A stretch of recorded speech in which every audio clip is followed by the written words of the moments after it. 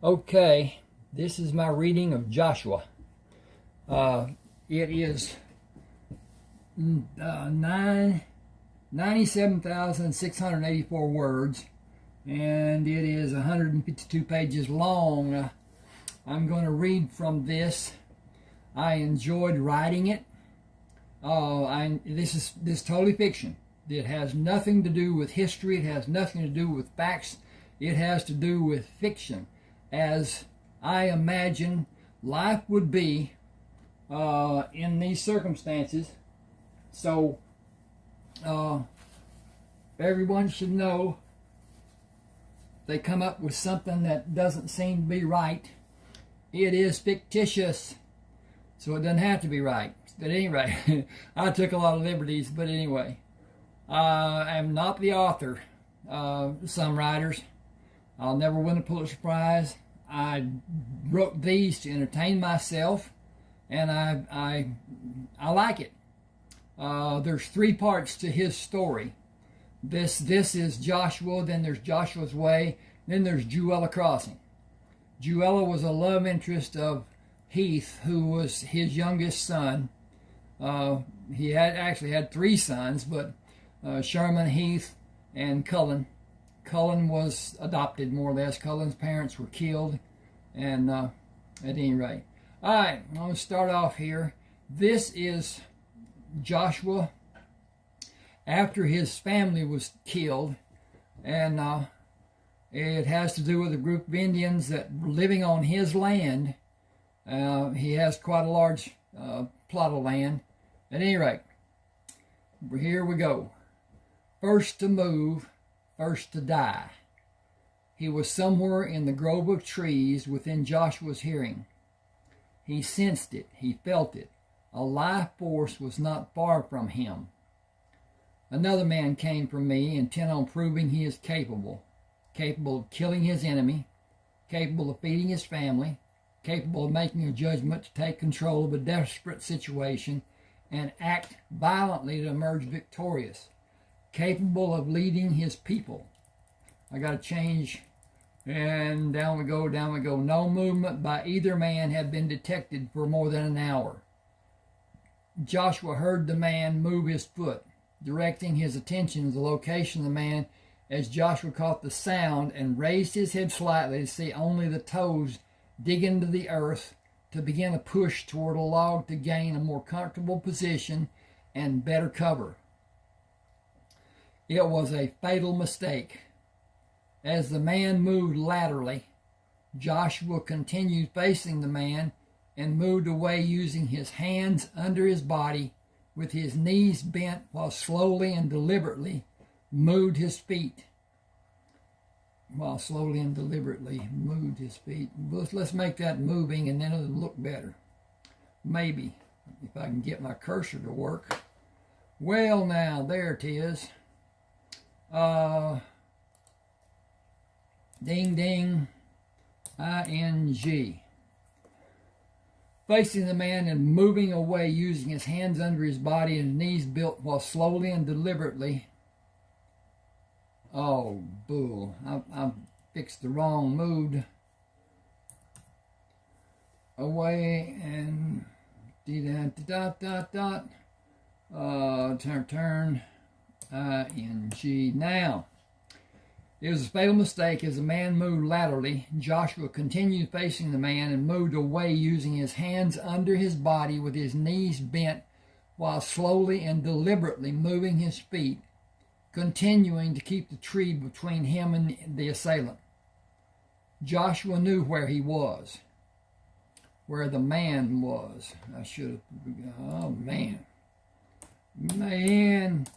Joshua knew where the man was.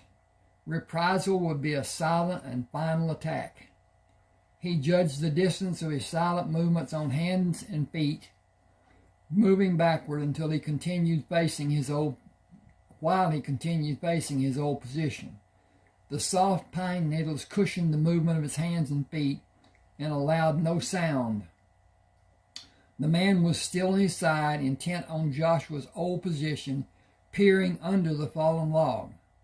It was his second mistake. Joshua thought. He will not be aware of my advance from behind, and his attempt to evade the attack will be too late. It was his third and final mistake.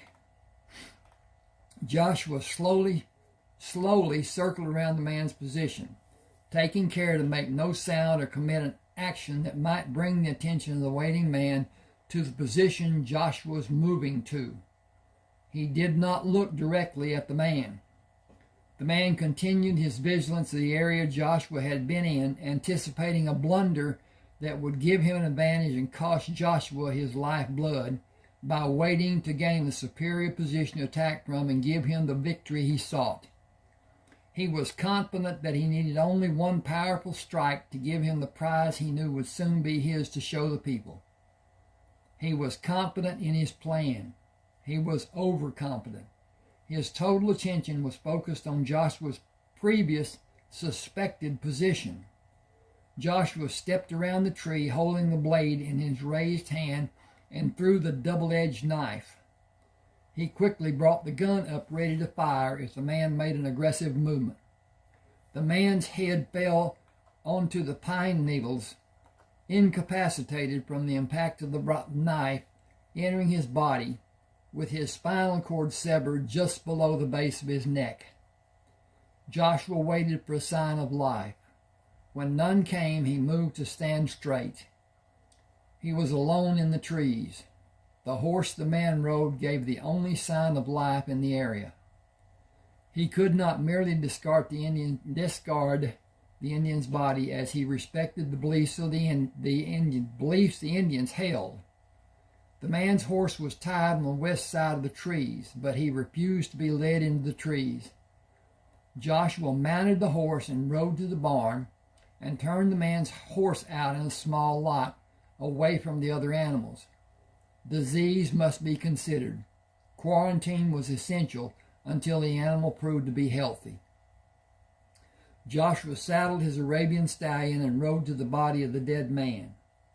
He tossed the limp body into the air and held it away from the stallion's back and slowly brought it down behind the saddle. He mounted and rode to the Indian camp a mile past the eastern edge of his property. The old shaman held his hand high as he came to the horse and pulled the lifeless body down, backed away from the horse, and allowed the body to drop to the packed earth. He motioned for Joshua to remain on his horse and spoke to the people standing away from Joshua. 4 well-bred mares were brought to Joshua with the belongings of the dead Indian tied to their backs. A young girl led another mare which exhibited exceptional bloodlines, and her yearling filly, both of them bred to Joshua's Arabian stallion, would produce foals of great value. This scene has been played out 6 times before. The Indians were shocked when Joshua brought the first body to them. They argued and threw their hands into the air. An older man came and shouted at them, and the man's belongings were given to Joshua. He learned through a friend that the dead Indian was believed to be inferior, since he was killed by an enemy, and the enemy was not harmed. The enemy was revered in some mystical manner, and tribute was paid in the form of the belongings of the defeated man. He took the horses and possessions to Hiram Littlehorn's house and spoke to him before he dismounted. I killed the 7th warrior who came for me. Will you speak to the Indians for me? Hiram smiled. That's good. It's over for you. 7 failed attempts would be considered a bad sign. The attempts have a total of more than 7. They will move away from here. I will not wait until one of them attempts to sneak up on me at some point when I'm distracted. They will leave today, or I'll burn their camp tonight. My thinking is I should have done it after I killed those who killed Ma and Pa. Hiram said, I will make your words known to them. Good. I will take these horses and other things that belong to him to the house and meet you on the way there. Wait for me at the oak tree near the split in the road. Hiram sat on his horse, waiting. I got this to redo because it got waited when it should have been waiting. ING, dit. you want me to tell them to leave today? And that should have had a question mark right there. Boy. Pick up your belongings and leave. Where do you want them to go? One can come back anytime. I want them to be at least 2 days from my land. If one ever comes for me again, I will burn the camp as soon as I can go there. I will leave their dead bodies for the animals. Tell them what I will do. I will follow them after 2 days to know where they are. They started this, and they have allowed their young men to attempt to kill me after I killed all those men who were at my house when Ma and Pa were killed. It ends now, or I will end it tonight. I will not live in fear of more than one coming for me. It is left for them to decide. I will kill every person if I find them here after the sun no longer gives the warming light. Hiram signed to the old man and waited for the response. He said, they have lost many of their young men. They cannot defend against their enemies. They cannot go north and they cannot go south. They have enemies both north and south. Joshua said, they may have enemies they fear. The enemies are not standing here ready to send their souls to the happy hunting ground. I am. It ends before nightfall. They can go west today and continue in that direction during 2 more suns. Hiram used his hands to sign the words Joshua spoke. The old Indian called the people together and told them to ready their possessions to move. He turned back to Hiram and motioned for him and Joshua to leave. Joshua palmed his hands in a popping sliding motion and held them palms out in front of his face. It is done. The old Indian mumbled, done. Hiram said, when you get back from checking on the location of the Indians, let's go to Charleston and start to work on a boat fishing off the coast. It will not pay much, but if we stay out for a long time, it may pay us a little. I need a new pair of boots, and winter will be coming soon. Joshua smiled. How long are you thinking we will stay out? It will be more than 4 months before we will have bad weather. Excuse me a second. I need to check on my progress. See what, yep, looks good, looks good, looks good. I previously explained the cover of Joshua. The 2 flags, one is South Carolina on the left, one is Spain on the right. The ship is an indication of what you will be read about in most all of this story today, this reading. And it will be explained as I go along. It's what could have happened. It's what may have happened. But anyway, it's my imagination. It is fiction. It is not factual. It is not something somebody could compare to anything. So here we go. Joshua smiled. How long are you thinking we'll stay out? It will be more than 4 months before we have bad weather.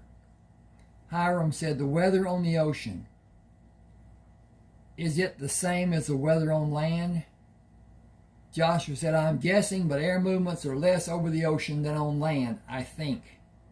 Land gathers heat and disperses it. Water is slower in heat transfer. When we're out on the ocean, we will need different clothes than we're wearing now, or we will be wet all the time. We will need rain gear to protect us from the water splashing and being blown by the wind in the form of water spray. Without waiting for an answer, Joshua asked, I need to put up here, I didn't show it, but anyway, Hiram said, do that there, do that there, do that here, and we should be in good shape. Hiram said, when we're out in the ocean, we will need different clothes than we're wearing now, or we will be wet all the time. We will need rain gear to protect us from the water splashing and being blown by the wind in the form of water spray. Without waiting for an answer, Joshua asked, have you already, I'm going to Without waiting to answer,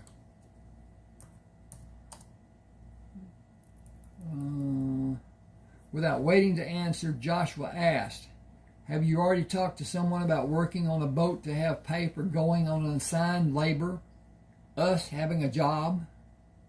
Hiram said, "Marvin Lewis asked me to find a man capable of performing the tasks of the fishing boat and be on the pier ready to go out in 4 days.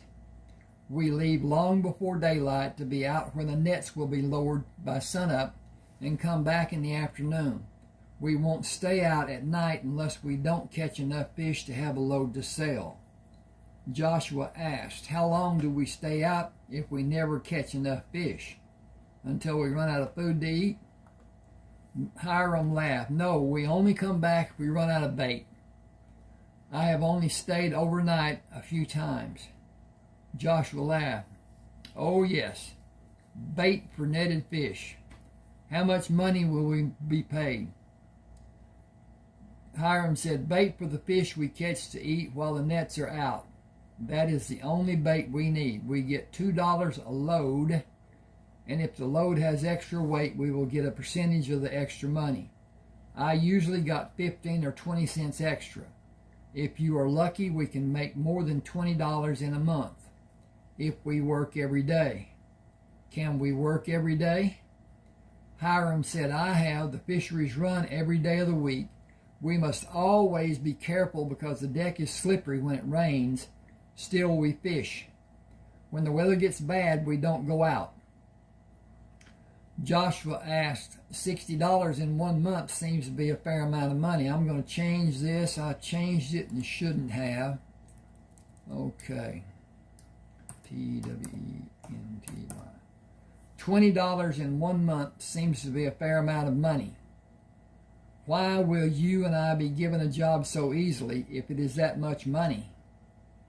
Hiram laughed. "For more reasons than I can tell you about. You and I are the team who will manage the sails. You and I are the team on the side of the net to be windlassed into the boat to catch the fish. One side is pulled for a little while and tied off, and the other side is pulled the same and tied off until it is hoisted into the air to capture the fish. You and I are the team who will work to swing the boom around and release the fish onto the boat."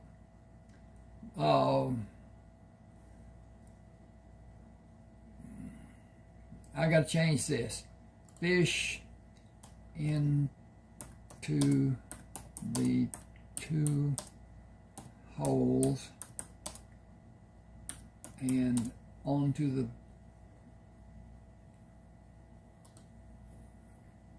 deck of the boat. Okay. Release the fish into the 2 holes and onto the deck of the boat. Then you and I are the ones to shovel the fish out of the holes and into the net to be taken to the pier to end the trip, to end our trip to the fishery. There we go. End that needs to be our, to be understood. End our trip to the fishery. He looked excuse me. He looked guilty. "We will only work about 5 months. That is almost every day for the whole time. Then the weather tells us when we can work or if we can stay in, or if we stay in.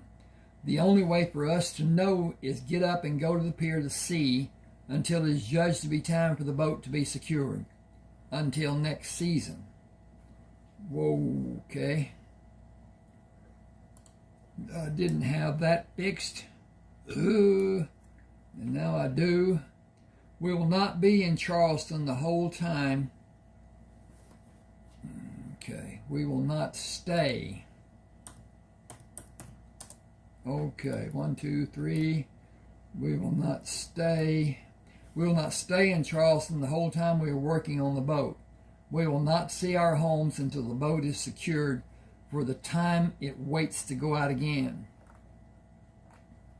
Most men will not work that way, especially married men. The work is hard. The hours are long. Sleeping is where you can steal a bit of time, and that time is not set. and as you said, we will wear protection. The net is let out as many times as it takes to fill the holes on the boat. Someone must always be awake to watch for problems like other vessels being too near. We take turns, and when you are free, that is time you'll be able to sleep. It is not the life for every man. It is not work every man wants to do or be gone for the season. 2 or 3 days lost because a man who quit has to be taken into port is a harmful thing for everyone concerned. When that man is gone, another man must be found. I know I will stay out. I have faith you will too. Joshua said, I will. I will see it through to the end. Oh, we got a repast here. And then we're going to go from them talking to, which it'll be apparent, them being on the fishing boat.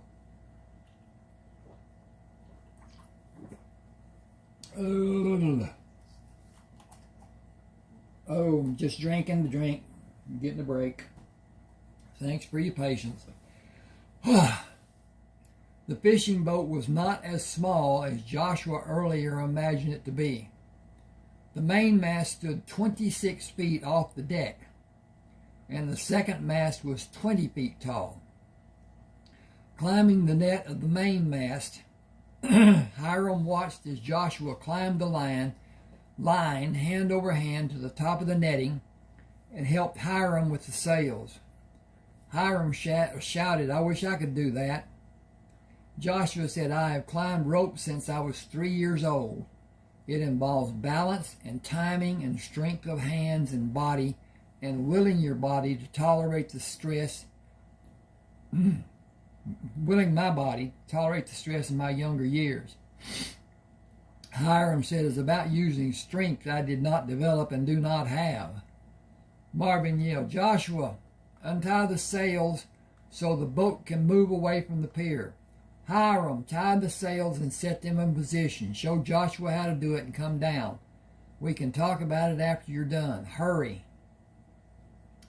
Joshua untied the sail and allowed it to drop. With the rope looped over the spar, he held on and moved down to the lower sail and untied it.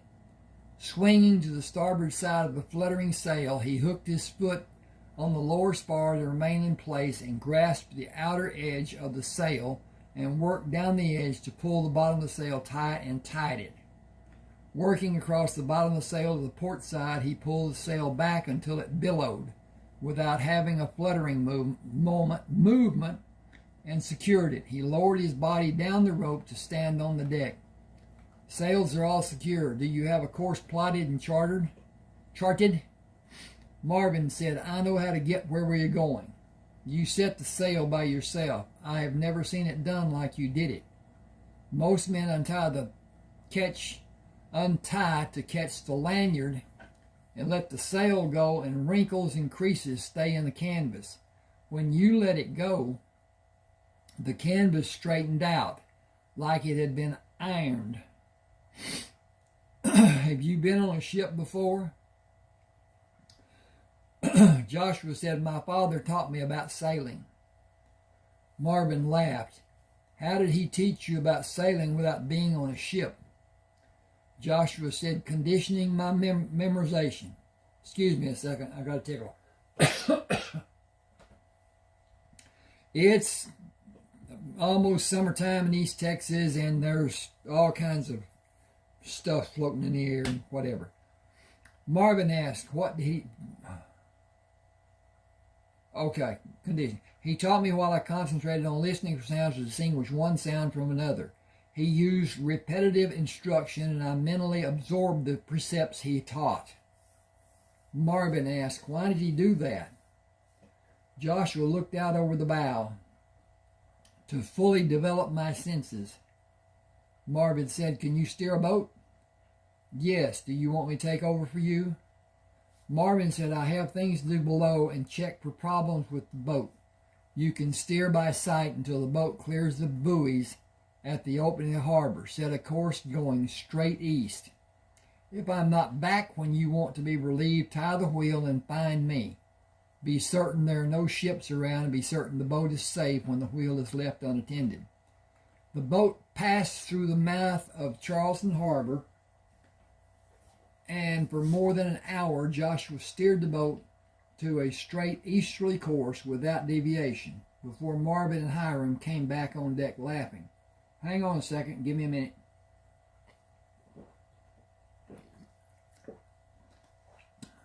Washing down the tickle. Hiram took control of the wheel. Dead east heading. Marvin went aft to check that the net was hanging correctly. Joshua asked, "How are the fish located?" Hiram said, "We go out for about 2 hours and drop the net. When the line stretched tight and dropped lower in the water, we pull in the net." "Is that the best way to find fish?" "Fish swim in schools for protection. They like to stay in colder water. The bigger fish like warm, shallow water. The bigger fish only go out of the shallow water to feed. The fish being targeted swim faster in the conditions of the deeper, colder water. I wonder if you could catch more than a few fish if you drop the net here." Marvin asked, "How's that?" Hiram said, We were just discussing where fish like to be in cold water or warm." Hang on a second.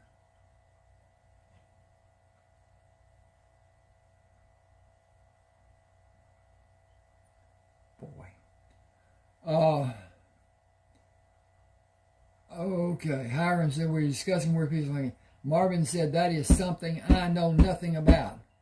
I never had another fisherman talk about it. We help each other because every one of us is afraid that if we are not able to help each other catch fish, the fishery will close and go somewhere for a better profit. Is there some theory about how or where the fish might be found?" Joshua said they like to stay in colder water. Marvin looked uncertain. Why would they do that? "For safety. The big fish come into the deep water to feed, and it is colder and heavier than the water they normally stay in to enjoy the warmth. They cannot swim as fast as they were able to swim in the warmer water.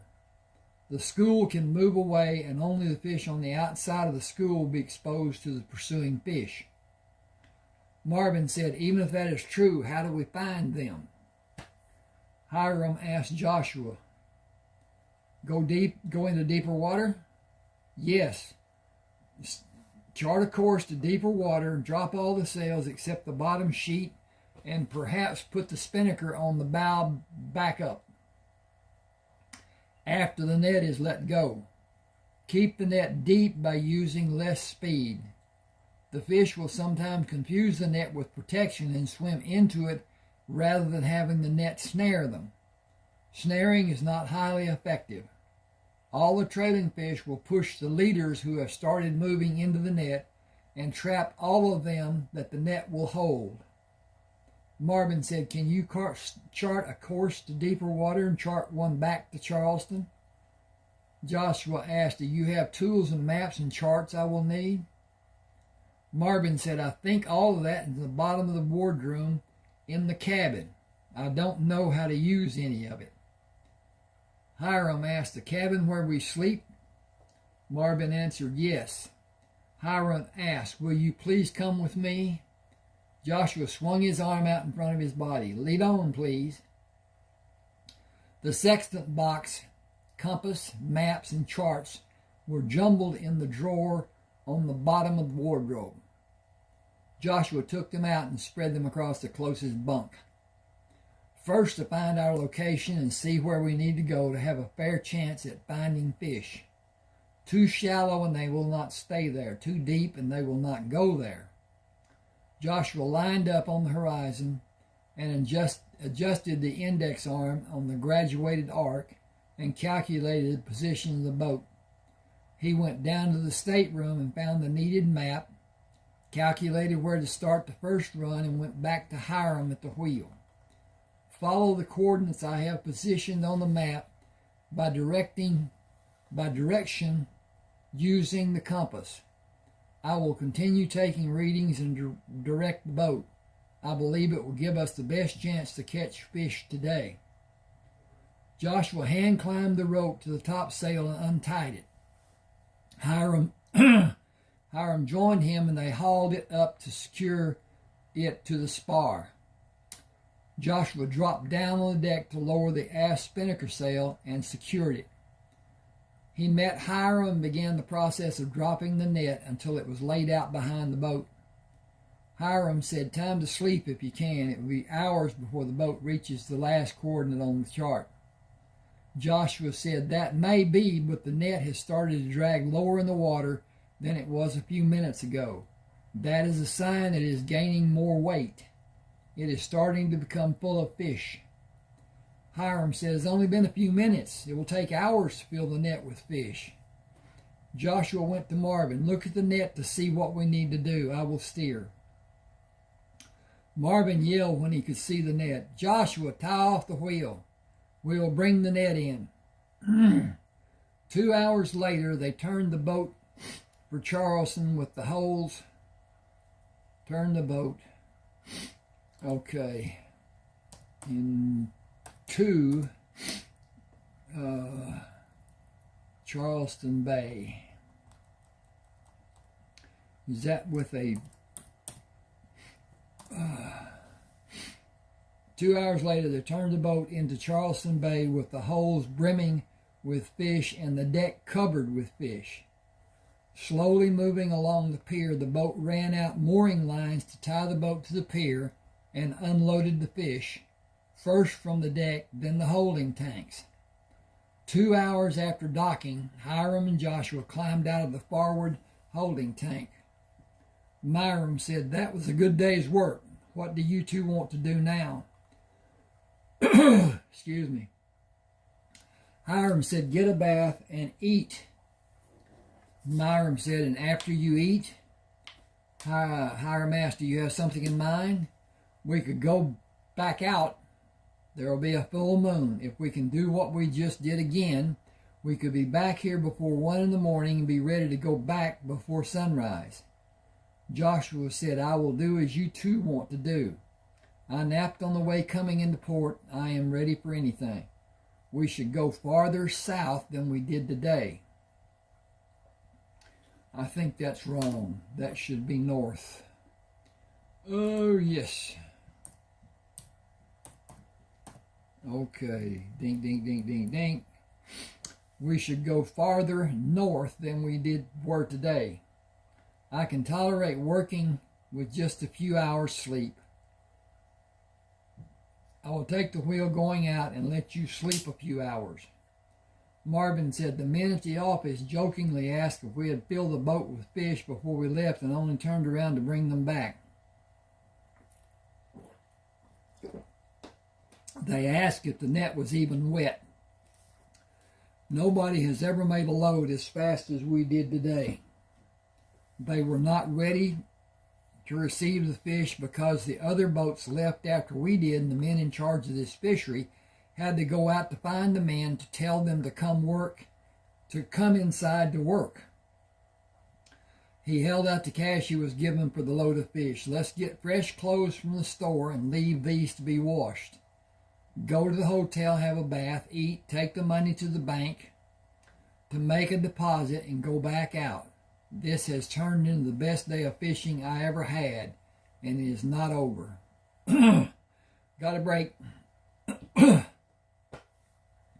Sis Ashley says, Joshua stood with his hand on the line of the fish net, judging the tension. He felt it begin to pull as the weight increased. Soon it was pulled straight out from the bow of the boat. "It is time to bring the net in. I will haul sails while the net is being pulled." Joshua pulled the sails up and tied them, then looked at the back of the boat where Marvin and Hiram turned the windlass on the port side of the boat to bring the net over the stern of the boat. Going down to the deck, he took Marvin's place at the windlass. "Could you and Marvin pull one side of the net while I pull the other side?" Marvin said, with the boat moving, it has too much weight for the windlasses. It will pull both of them out of their anchors. The boat must be stopped. Joshua climbed the line again to haul in the remaining sails and allowed the boat to be pulled by the net to stop its forward progress. The fish in the net were dumped until the holding tanks were filled and the extra fish covered the deck. Marvin maintained a course for Charleston Harbor. Okay, I need to go back up to Bay and get out of okay, in the Charleston Harbor, Harbor. That way I don't have to hold. Anyway. They just went into Charleston Harbor.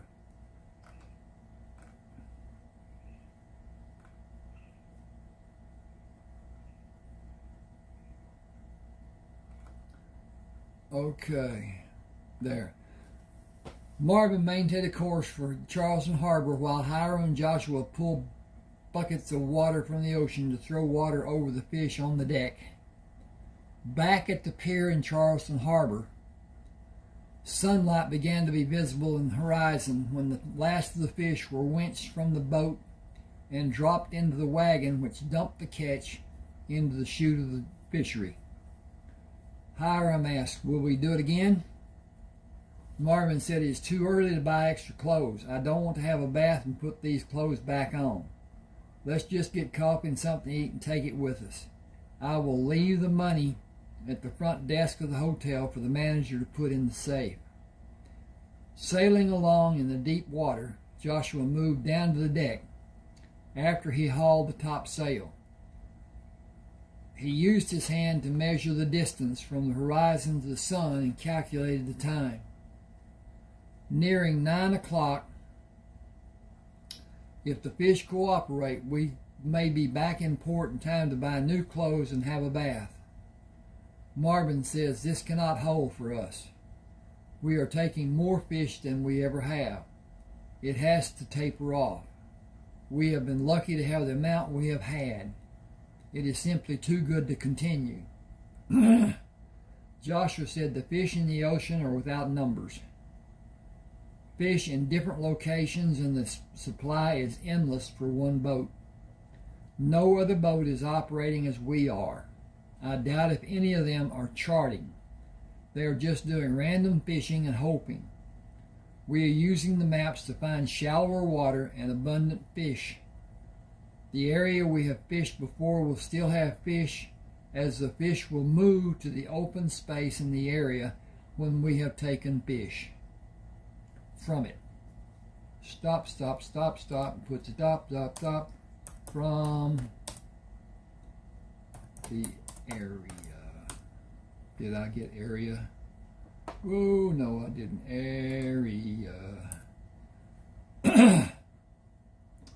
We will not continue in this location, but move to another and come back here in a few weeks to allow the fish to also come here. I will haul the sails. The net is full and ready to be pulled aboard.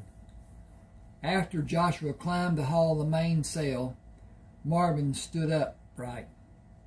There is a ship coming at us. It will hit the boat. Joshua looked up in time to grab the net and braced for the impact of the ship colliding with the boat. It hit forward to the middle of the boat and pushed the boat to the starboard side and continued pushing as the side of the ship slipped down the side of the boat. Men on rope ladders stood on the side of the ship ready to jump into the boat. As one man hurled his body at Joshua, he was caught by his waist and thrown over the rear deck of the boat and slipped into the water. A second man attempted to hit Joshua with a club as he lurched toward Joshua on the slippery deck. Joshua parried the arm away from him high into the air and struck the man in his chest and quickly turned to face two other men. One threw a wild blow at Joshua, interfering with the advance of the second man. Joshua went under the blow and threw his shoulder in the man's abdominal area and crashed him into the second man, sending both of them against the side of the passing ship before they fell onto the deck of the boat. 3 men moved against Joshua's back, grabbing his arms. Joshua drew his arm away from one man and smashed his elbow into the man's face. He turned and was hit on the side of his head with a short, windlass handle. Almost dropping, he shook his head and attempted to stand upright. 2 men grabbed his arms and jerked him forward.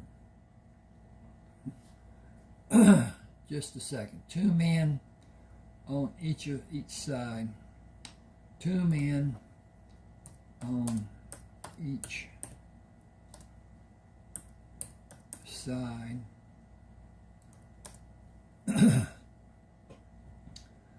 Two men on each side grabbed his arms and jerked him forward. I think that doesn't need a... 2 men on each side grabbed his arms and jerked him forward. He braced against one and threw his body against the other. The windlass handle hit him much harder a final time. The attacking men tied a line around Joshua and lifted his limp body onto the deck of the ship and carried him to the aft storage locker, dropped him inside on the deck, and locked the door.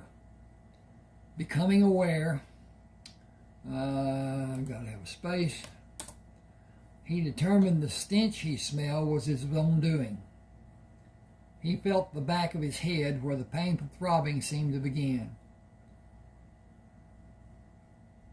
Oh, I should put emanate, but that might not be good to do. Anyway, begin. He drew it away when he felt wetness. There was a sliver of light high up on the wall above his outstretched fingers. It was bright, and judged by the direction it indicated, the time of day was afternoon. The sliver of light was moving as the floor he carefully stood up on was moving, up and down and up and down. The fishing boat he had been on was captured after it was struck by the ship. He slowly came to understand he was imprisoned on the ship. Realizing where he was became apparent to him due to the movement of the floor he stood on. Only a big ship moved like this one is moving. The small fishing boat was tossed around and required our holding on to something when we were not fishing. The pull of the nets made it move with the swell of the ocean waves. The bow of this ship crashed against the small boat and pushed by before the grappling hooks were heaved across the boat and the pirates pulled it to the ship. They came down rope ladders to the fishing boat and took me. I fought without a weapon until 3 of them... Nope, that's not right. I gotta find my cursor here. Okay. F-O-U-R, not 3. Until 4 of them held me and another struck me from behind. Not once, but twice. I saw them kill defenseless men for no reason. They killed Hiram. They killed Marvin. They brought me here. They wrecked 3 lives for some reason I cannot begin to fathom, except to wonder what would happen from my being brought here. What possible purpose could they have? Okay, I need to do this. Hang with me just a second.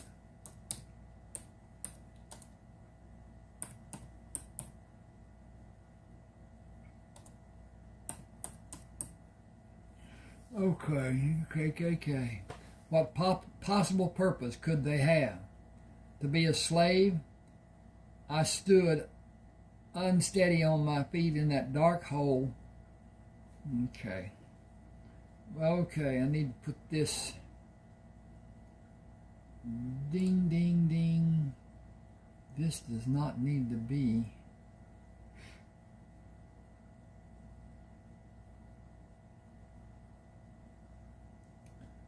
It's okay. I stood unsteady on my feet in a dark hole, bewildered and without reason. The shadows of scenes in my mind passed before I was able to recognize what they meant. The attack was so sudden I had no time to put together the images I saw. There was nothing in the room except that thin sliver of moving light high up on the wall. No weapon to defend myself. No water to drink and quench the dryness in my mouth and throat or wash the caked blood from the back of my head. no reason for my being there. No reason for my being here. Back that up. Was it some macabre experiment? They killed two good, honest, innocent men. Why did it take me and throw me into this hole?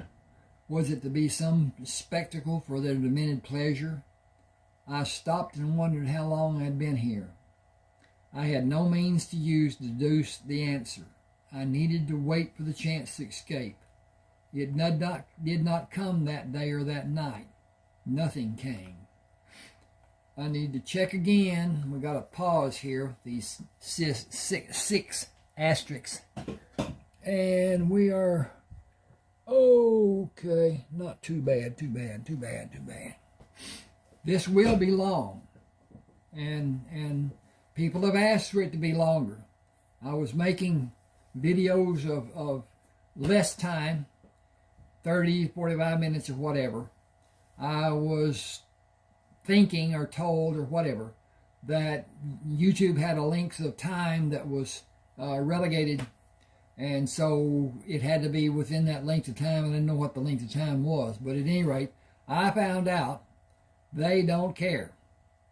The longer the video is, the more ads are put into the video. So this can be anything, but mostly this is done for people who are doing whatever and can just take their phone, put it in their pocket, or have it nearby or whatever, or the reading device, whatever, phone, tablet, computer. At any rate, they can enjoy the reading and not worry about holding everything, doing whatever. They can just do whatever. Anyway, all right, here we go. Sunlight bathed the room when the door was suddenly jerked open. Come out. Do nothing more than come out. The deck was crowded with dirty, haggard men of every description, but none of any character. These men were thieves and murderers, rogues following orders to gain plunder from untrained and outnumbered men. Okay. I stepped out on the deck and buckets of water were thrown on me from the left and right. To my relief, some of the stench was removed and I had a taste of fresh water, enough to moisten my mouth and throat. A tall man with a withered left hand said, "Come with me." The men moved aside, allowing him to walk across the deck to a hanging line. Go up this line by using only your hands. I took the rope in my left hand and pulled my body off the deck. The rope was strong, and I reached higher to grip the rope with my right hand and pulled again, over and over, until I reached the netting. He shouted, "Come down the line, but don't fall. It's over the side with you if you ever fall. Today or any other day, now or ever." I had no chance with all the knives being held by all the men. I could do nothing but wait for my chance to present itself in the days to come. I had every confidence it would eventually. Slowly I moved hand over hand down the line to stand on the deck. Go with Jasper. He will show you what you will do and tell you what you will not do. You have but one purpose. Actually, you have two. One will require effort. The second will not. Work or die. Do what you're told or die. Jasper started walking away. Come with me. I followed him to look inside a tiny room with a table covered by a dingy gray cloth, which I believe was once white. It had only a single chair. Jasper said, "Stay outside and don't come in. Don't ever come in. I will get a cake of lye soap for you to wash, only a little. No such thing as a bath here. In a little while you won't care if you're dirty or not. There is so much that is dirty on this ship, dirty and cruel, men and life both, in this hellhole." He went to the forecastle. which is actually, we called it, in the terms of the mariners and sailors and whatever, it's a forecastle. But it is spelled forecastle because there's a forecastle and aft castle. And the aft castle on a ship is the opposite of the bow, rear end. Oh, anyway, it's the aft deck. He handed me a half-filled small bucket. This is your water for this afternoon. Drink a bit and use the rest to wash. You get 3 like this every day. I will give you your ration. If you ever take more without me giving it to you, you will be thrown over the side. That is the answer for almost every problem. Death is always near for all of us. He looked at me as if he tried to see the measure of my being. The ship is named the Sterling. You are here for the show you put on and to work as you will do. You will get no kindness shown to you. Don't talk and you will get a hand across your face. Say too much and it's over the side with you. Even as big as you are no concern for anybody on this blasted ship. You will have as little caring for them as they would give a bug. You'll have as little caring from them as they would give a bug. You was seen going up the line on your boat and it couldn't be believed when you did it. It was thought to be in some way a trick. Wagers was made and you paid off for some. Oh, okay. Hang on a second. I got to get this CLIMBING, climbing the line. You paid off for some climbing the line. That leaves you hated by the losers. The line on the boat was short. Wagers were made. I'm going to change that because he would say was, not were. Wagers was made that you couldn't climb as high as you just did unless you fell. A few more winners and many more losers. That gives you no friends and no more men to hate you. And more men. That gives you no friends and more men to hate you. These are not men you want to know. Don't ever call one by his name. It does not matter that you might save his life. Remain silent. They have no caring for your life, and you will be judged as weak if you act differently than they act. Don't think to have any comfort. You will sleep anywhere you may find to your liking, but be sure if you find some place to have even a small bit of comfort, someone will take it from you. Don't let that be a problem, or you may both have a short swim. Keep to yourself and do the work I tell you to do. Stay out of everyone's way. Don't do anything to disturb the normal day.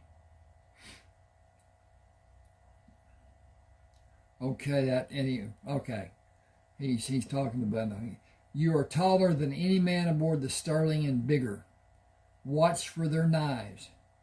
You stand little chance of anyone attacking you, as Captain Chilton has not made up his mind what to do with you. That will come later. There are only 2 people you need to answer to, Captain Chilton and me. As long as you do what I tell you, you will only need to answer to Captain Chilton. He is a hard, cruel man, but you entertained him. That gives you value. Don't do it without him telling you to do it ever again. Don't do anything other than what I tell you to do or he tells you to do, and remember that no one other than him or me can tell you what to do. There's only one man on this ship that has any privilege. Pascal Horton is the navigator. He does not do anything that will possibly harm him. Oh. Yeah. Okay.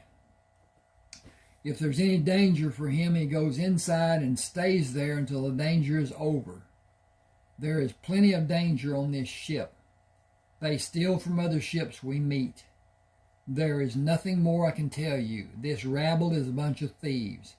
That is all they live to do." He suspiciously looked around the deck. "Well, that, and cheating and lying and killing. Drink and wash. You have been on the ship long enough that you missed your morning water. I'll give it to you to clean up a bit. Tomorrow you only get the regular ration. I may get a little consideration, but no privilege. Captain Chilton tells me what he wants done, and I see that it is done. He does not care how I do it, but he expects me to do as he commands. Every man on this ship is afraid of him for good reason. You better hope you never learn why. You will not be in this world long when you do. The men who attacked me on the boat, those that I fought, I threw one in the water and I remember 3 others. Just a second. I got to change this because I changed that. 4 doesn't have 2 4s in it, does it? At any rate, are they on the ship now? You need not be concerned about them. Captain Chilton runs this ship. Nobody does anything without his ordering it to be done, even in secret. Nobody will chance his anger by doing anything against his wishes. These men will not even look at you to threaten you. They were not able to do as they were instructed. Those men. That failure is a mark against them. The man you threw in the water is not aboard. He was left in the water, not to show any respect for you, but as a warning to all the others. Failure is not tolerated on this ship, not ever. He suddenly turned to look at Captain Chilton climbing the ladder of the deck. Get him new clothes. He walked around me while I stood exactly as I was when he came to me. Without speaking, Captain Chilton went down to the main deck. Jasper said, "You are a lucky man." "How did you determine that to be a fact?" "He took notice of you." I said, "I do not understand your meaning." "He looked at you for some reason. He does not ever measure a man, and he just did you. He has some interest in you. Stay with me for the time being. Where I go, you go. It is what he wants. You will not disappoint him, will you?" "It seems I have no choice, or do I?" Jasper said, "Only 2 choices open for you. Stay on this ship and do as you're told, or jump over the side. Both are simple choices. Doing either one will end in an unknown way. Unknown but predictable. Be useful or jump over the side. I have no caring about learning what my reward will be if you do. I will have no favor, and I can never stop you, considering the size I am and the size you are. Period. Don't have a period. Gotta have a period. You get new clothes, so you get a full bucket of water. Strip and give me your clothes. I'll fill the bucket. Stand over there at the rail. Sit in the chair after I leave. Wash after you are relieved. Stand at the rail again to dry off. Stay at the rail until I bring clothes. Don't do anything until you're wearing new clothes. You have privilege. Be careful." I stood as Jasper instructed when he returned. I could do with a shave. Jasper said, "When you are ever off the ship, you can shave. There are no razors aboard. No one is allowed to shave aboard this ship. Put these clothes on and come with me." Jasper led me to the galley. "Tresner, give him something to eat, a full meal. Captain Chilton's orders. He will have one full noon meal every day. Bread and drink for the other meals." Jasper took a mug of tea to the table, partially hidden from the sun in the shadow of the railing. I joined him. "Did Captain Chilton order me to have some duty?" "You are to have duty in the sail crew. Climbing the rope gives you an advantage, as you will be in a working position long before the others.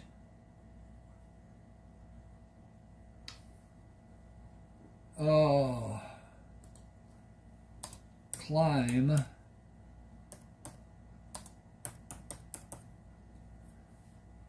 you will be in a working position long before the others climb there. He watched you haul sails and drop and set them without help. He believes you'll be able to instruct the sail crews to get them to work better. Don't fail to do what he expects. I am guessing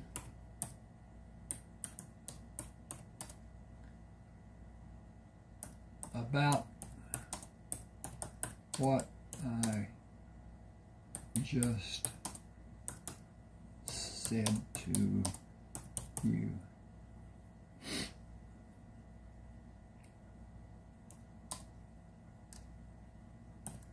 Hold that in your mind.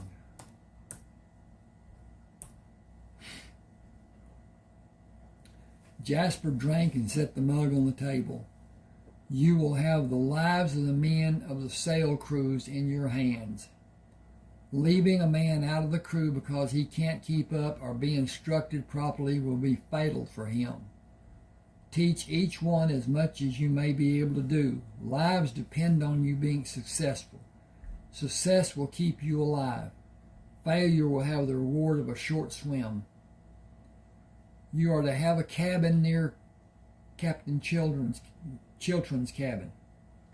Serve this ship the best ways you are able, and you will have privilege no other man has, even me.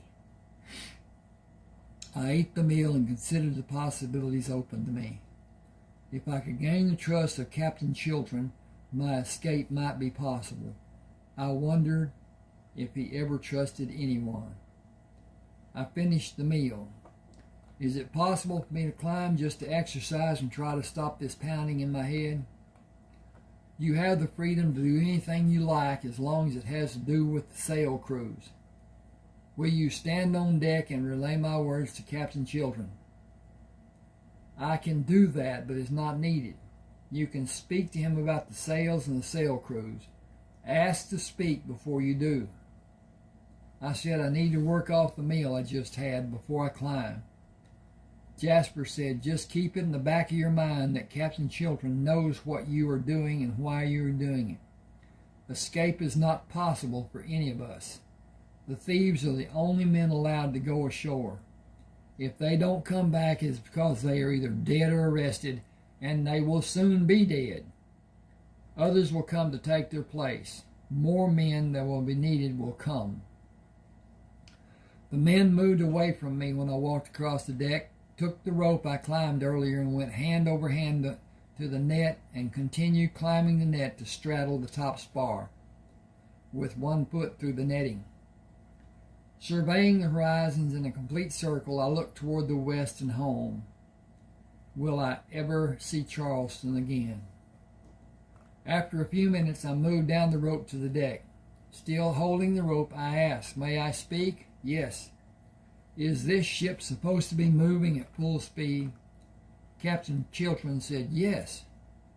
I asked, may I please have the sail crews aloft? Captain Chilton asked, do you want the top sail crews or all the different sail crews? I said, if we are to practice for battle, all sail crews will be needed. They will need to practice for speed of sailing and speed of hauling and dropping and setting and adjusting to resetting. They must learn to quickly manage the sails under every circumstance. May I also instruct the helm in managing their position in battle situations. Captain Chilton said, do as you will. Take care about your actions. I said, everyone will need to be instructed. Captain Chilton asked in amazement, everyone? Everyone. The sail crews bring the ship to the target. The helm crews make the proper maneuver and tell the sail crews when to haul and when to drop and how much speed is or is not needed. The gunnery crews make the best possible shots at the best possible time. Everyone in every action will be coordinated for continued success. Captain Chilton looked long at me. He was not sure what I said about taking charge of the ship. A man standing several men away from me said, "We've done all right without you." I did not acknowledge him. "May I be excused?" Captain Chilton said, "You will show the crew how to improve. You will show the helm how to improve. You will show the gunnery crews how to improve. Trickery of any sort will be rewarded with a trip over the side." He paused and glared at me. "If they do not improve, and I'm saying all of them will improve, you will have a fine swim. If your instructions anyway an attempt to fool anyone, you will have a fine swim." I pointed up. "Look at the sails. They are fluttering in the wind. They are not set properly for maximum push. The ship does not have spinnaker sails. This ship is slow and the crews are not skilled. Give me permission and I will make this ship one of the best on this ocean. You threaten me with water if I am not successful. Will you also reward me for greater successes?" Captain Chilton looked up at the sails and called, "Ramirez, come here." Cesar Ramirez, walked swiftly to Captain Chilton, stood before him, and remained silent. Captain Chilton asked, "What is a spinnaker sail?" Ramirez said, "I told Shelley about how we need them, and he told me to mind my sail making." Captain Chilton said, "Shelley was killed in our last battle. What is a spinnaker sail?" Ramirez said, "It's a sail anchored to a mast, top and bottom. The top is anchored by a long line. Let the sail move up and down. The bottom is anchored to a small spar and moved to catch the wind. The ship has room for 4 spinnaker whales." I got a spinnaker whale. "The ship has room for 4 spinnaker sails, 2 large ones and 2 small ones. This man is right in all he said, if I may say so. It will help the ship increase in speed if it is managed right." I said, "It is triangularly shaped. The top of the hypotenuse is anchored at the top of the vertical mast by the use of an iron slip ring. More iron slip rings hold the side opposite the hypotenuse to the stationary mast, and the side adjacent runs from the extended end of the spar to the mast and is held in place by a rope. The sail is set by using the rope. The sail is stored by lowering it and gathering it to tie to the bottom spar. The sail spar can be moved to catch the full effect of the wind from every direction. Iron rings are best." Excuse me. I need a drink, I think. Got a tickle.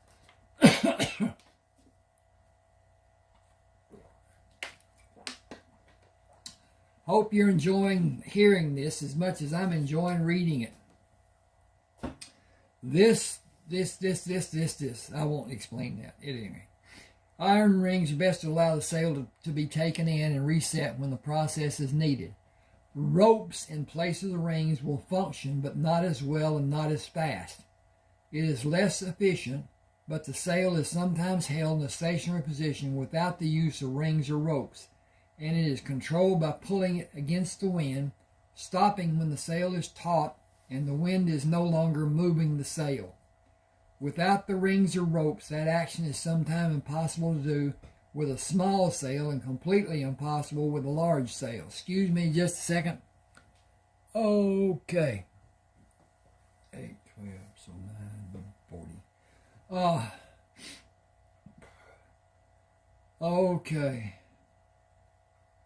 Okay. I asked Ramirez, "How much speed will the sails add to the ship?" Ramirez looked at the captain for permission to speak. Captain Chilton bellowed, "Tell me." Ramirez said, "Each small sail will give maybe half a knot more speed.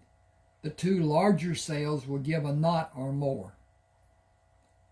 Captain Chilton said, "A knot and a half will give the ship a greater advantage. Begin putting them in place today." I said he was not telling you it add a knot and a half. Depending on the size of the sails, each small sail will give a half knot or more, and the larger sails will each give a knot or more. It will be determined by the height and length, which equals added speed, proportionately. The bigger the sail, the more speed they will add. Captain Children asked, 4 sails will give the ship an extra 3 or more knots? I said more than 3 knots, and managed correctly, the spinnakers will give faster turning of the ship. The crews must be trained to act together according to how they are ordered and follow orders exactly. If they do not work together and follow orders precisely, all the training is for nothing. The training will be new to the men. Correct action will require many days of training for each man to understand the different means needed at certain occurrences. Captain Chilton said, you will be in charge of training and of the orders given. Your orders will be followed exactly, or one not following will never draw another breath. I will not ask that a man be punished if he is only failing. If the case is such that he is attempting to stop our progress, I will agree to your judgment. I will not train a man to die for lack of intelligence or reactions. My speaking Captain Chilton angered him. I will allow you that one chance to help a man improve, but he will not be allowed to cause a failure. I will know the abilities of all the men in 6 hours. Captain Chilton said, order the sail crews as you see fit. I yelled, sail crews, do not try to be first going aloft. I will be waiting for you, and I will watch your progress. Go safely and help each other in every way you can think of. The quality of your lives depends on each man helping the other men. Go aloft now. I will wait for you to join me at the top sail. I pulled down the line and hand climbed to the top mainmast spar. 4 men came up the nettings of the spar. Are there only 4 men in this crew? None of the men spoke. The first rule you will always follow is communication. You will speak to me now. Every one of you will speak to me now. I shouted, all sail crews, your main objective at this time is to talk to each other, to coordinate what you're doing, to be able to do it proficiently and orderly. Jack Barnes said, we don't know what them words mean. Proficient means doing something expertly. Coordinate means to come together in unity. Does everyone understand? No one spoke. I was becoming angry. I want to hear all of you talk to me, answer, and always feel free to speak to me. You cannot work in a crew and not speak. Everyone needs to know what will be done, how to do it, and when to do it together. You can only do it together or it is a failure. If you do not speak to each other, it is already a failure. Each of you tell me your name. Everyone yelled their name at the same moment. That is better. I have no caring for being here, but I do not care to be killed by a successful attack from a lesser ship, attended by an inferior crew. Work with me and learn how to operate the sails, and I promise we will be victorious ship when the smoke clears after the battle is over. At the very least, we will live another day. First, set the sails. Draw the slip side in to stop the sail from flapping. That gives the best push of the sails. It makes the ship go faster. I watched the crews perform their duties and shouted, all sails are now full. Go down to the deck and we will begin training. Hang on a second. I got to check again. And I think. Boy, I like that book cover. That is so neat. It's a gaudy looking old ship, isn't it? They were magnificent. They were not pleasurable. You can't even understand what it means to have sea legs. I was on an icebreaker in the Navy. It has a round bottom. It does not have a keel as ships have. It had a round bottom because it was an icebreaker. The round bottom helped it when it struck ice, and that's what it did. It hit at a pace, it backed up, it hit again, and it did that, breaking the ice. It had a, I don't know what you would call it, a hook at the bottom under the water that stuck out prominently. It had several feet of concrete and steel reinforcement in the bow. When it struck, the metal did not give, and the concrete did not give. And when you look at ice, ice is hard. And when you come back and take a shot, 40, 50 feet, whatever, 100, whatever,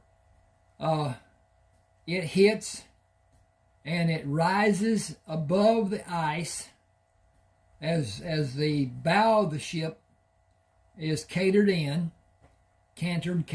whatever, and then the hook with a knob on it breaks into the ice also.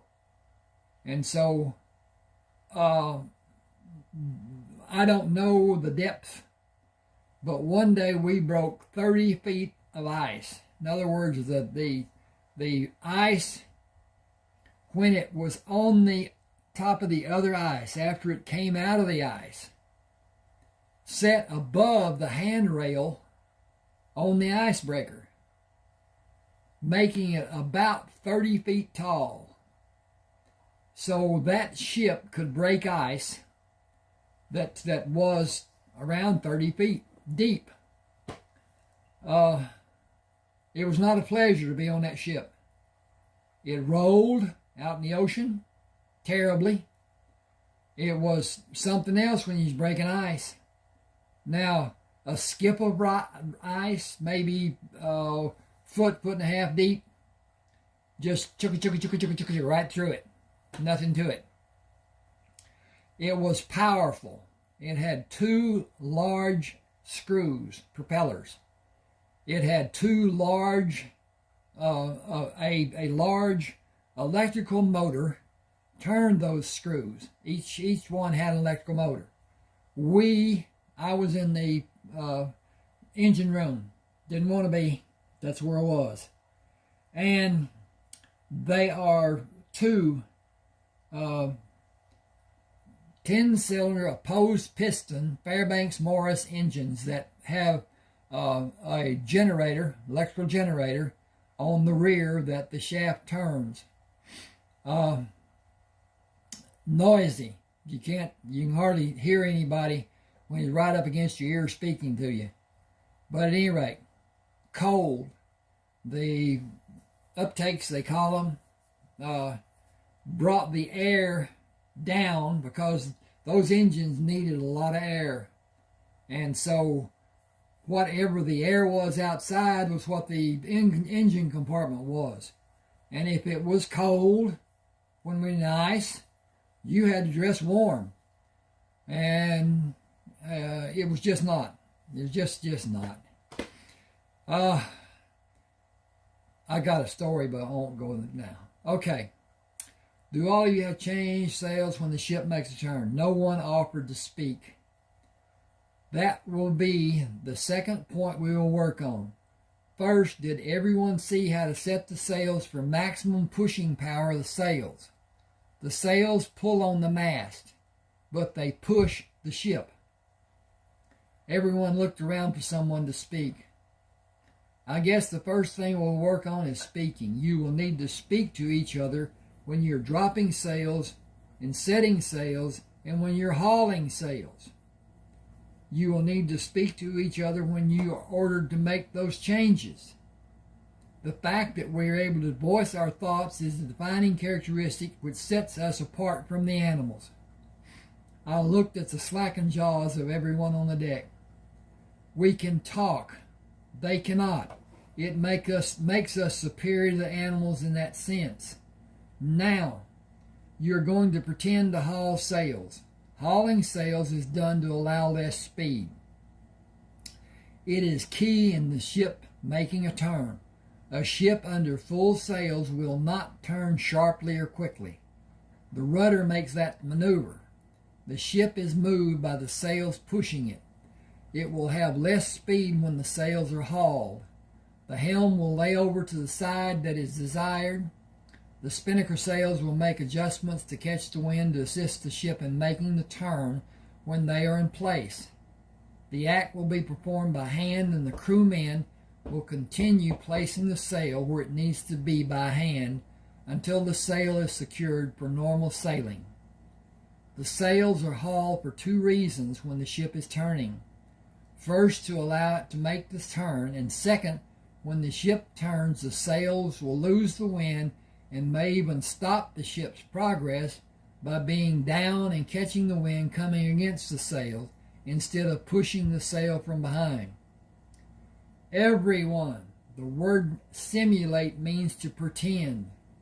We are going to simulate the process you will do to turn the ship and set sails to gain maximum speed for the ship to move in the precise direction that is needed. You are going to practice until everyone is able to do the same thing at the very same time, over and over, until you will be able to do it with your eyes closed. An hour later, I told the men to relax and think about what they had learned. I went to Captain Chilton. May I supervise the construction of needed masts and spars for the spinnaker sails and have Ramirez make the proper size sails? He answered, there is no material for that. As soon as we can get into a port to get them or find an island to cut them, it will be done. Until that time, you will operate with what you have. I said, what I have is a crew that is smaller than what is needed. 6 men should be on each of the sails. 4 cannot haul and tie or drop and tie and set as well as 6 men can. Captain Chilton again showed his anger. You will instruct the 4 man crews, and they will do as you tell them. See to it. When you have time, instruct the gun crews. We will be back in the ship lanes in 3 days. Have everybody ready. They will be ready. I need to instruct the helm crews and see what needs to be done for the gun crews. Does the ship use exploding cannonballs? They are too dangerous. They are perfectly safe if the fuse is placed in the cannon correctly and the cannon is fired correctly. Captain Chilton said it's too dangerous. That is final. I will stand next to the cannon and fire it myself if I can roll the cannonball in with the fuse cut to the proper length and have the ball placed as it needs to be properly ignited. So many have blown out the deck. They were on the deck above, and many men have died from those explosions. All due to lack of knowledge and expertise. I can do it properly, and I can teach other men how to do it. It is not something I have seen done without accident and injuries. Do as you will. I instructed the sail crews and helm crews and gun crews and supervised their individual practices through the day, and occasionally I spent time with the lookouts. I was certain the different crews of the ships were as prepared as they could be. They had a practiced knowledge and would help their efforts until they gained a solid working knowledge. I asked Captain Chilton, do you have maps of the Atlantic? Captain Chilton was surprised by my question. Why do you need maps? To find trees to make the masts. To find trees to make the masts and the spars for the spinnaker sails. Captain Chilton stared at me until I believed he would not answer. I would not hear an answer. Whew, that's a sentence. There are none aboard this ship. I said I might be able to find maps on one of the ships that we will engage, that will be engaged. Captain Chilton said, you are not going on to another ship. You will direct the crews and remain on this ship. How do you know about maps of the ocean? My father taught me how to navigate, to chart and read a map. There are islands scattered across both Pacific Ocean and Atlantic Ocean. If it is not known where they are, it could be a hazard for the ship, as the ship may be traveling toward the island and it not be seen and have the ship turned in time to not run into the island or it might find the island during the dark of night. We can navigate to the islands and navigate to miss the known islands. Captain Chilton said the ship's best problem is carrying enough water for everyone. Biggest problem. It is never enough and must be standard rationing. Men are not easily ordered when they are hungry or thirsty. I will instruct the men boarding the other ships to look for maps. The islands may have fresh water, and we need a home base that one of the islands may give us. Do not ask to leave the ship again. I want to see how you navigate. Do you know the use of a sextant? Since I was old enough to hold one steady. Captain Chilton asked, can you read and write? Yes, can you? Captain Chilton glared at me. I have never had anyone who was able to teach me. You are the only man on this ship that can read. Do you have books aboard to allow a man to read? Until now, no one aboard this ship could read. There has never been a need for books. Maybe the men can find books on the other ships also. Coldly, Captain Chilton said, you will not teach another man other than me to read. Not another living soul if you value your life. I have no desire to try with anyone other than you. I saw that same cold stare. You will show me how the sextant is used and how to read maps and chart a course. It will be a relief to have you navigating and free me from other duties. I welcome the coming of that day. I have duties to see to, if you excuse me. Captain Chilton merely flipped his hand ever so slightly. I moved across the deck, climbed the ladder to the bridge, and returned the salute of the four men. Your duty is to at all times manage the helm. I do not require a salute when I come upon the bridge. A salute will be required when Captain Chilton comes up, but not anyone other than him. Should you have a problem about not saluting, have that person come to me. You will not be disciplined by anyone other than Captain Chilton or myself. I turned to the helmsman. Is the wheel quick to respond, or does it feel loose? It is quick in response and solidly anchored, sir. I observed this man several times and appreciated his quick action. What is your name, please? Antonio, sir. I asked earlier, there was another man handling the wheel. You are much larger than him. Are these men the crew you normally stand duty with? No, sir. Thomas asked me to relieve him. He's not feeling well. Did he see the doctor? Antonio said, there is nobody aboard this ship who will tend to anyone with a sickness. There is no one who will give aid, or is no one who has the ability to tend to a person who is ill or injured. Antonio said, neither of those two. I said, that is a condition that needs to be remedied. If a contagious disease is introduced to the crew from one of the ports the ships visit, the crew could all become ill, and without some form of medical help, many would possibly die. A doctor is needed. It is a need that should be addressed with all haste. Antonio said, I will make inquiries when we tie up next time, with permission from Captain Chilton. I have no permission to leave the ship. I will ask him if it can be done.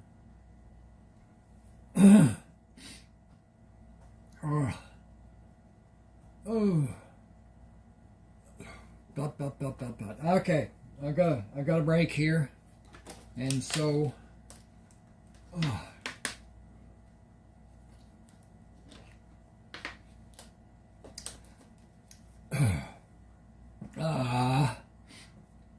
And approaching. Also, if you enjoyed this, please subscribe to my channel, hit the like button, leave a comment. That would be so helpful. The first two, the subscription and the like button, is what the process that is used by AI to evaluate the interests of the person who is listening to this video. Also, if you will, anytime you're listening to my videos, If an ad comes up, please just disregard it. Do something that you need to do or whatever. Let it play out. I make a little bit of money when that happens. It's not a lot. It has changed in the last, 4 months, down from quite a bit that was made by other people. I was not monetized at the time. I am now with this channel. I have another channel that is an ebook channel. This started out to be an ebook channel, then it converted into a coin channel. Then it went back to being both coin and ebook. Now it is basically ebook, because the coins that I already have made videos about them. They're all short. They're not lengthy. They're only to show the coins. I give a little bit of expertise, which I have a little of, and but at any rate, that helps. Now then, I understand there's a video or an ad at the starting of the video. Click it, skip it. That's good. That takes so much away. And if I were YouTube, I would have let a little bit of attention be focused on what's being done rather than focused on an ad that I care nothing about. And there are ads that I do, but very few.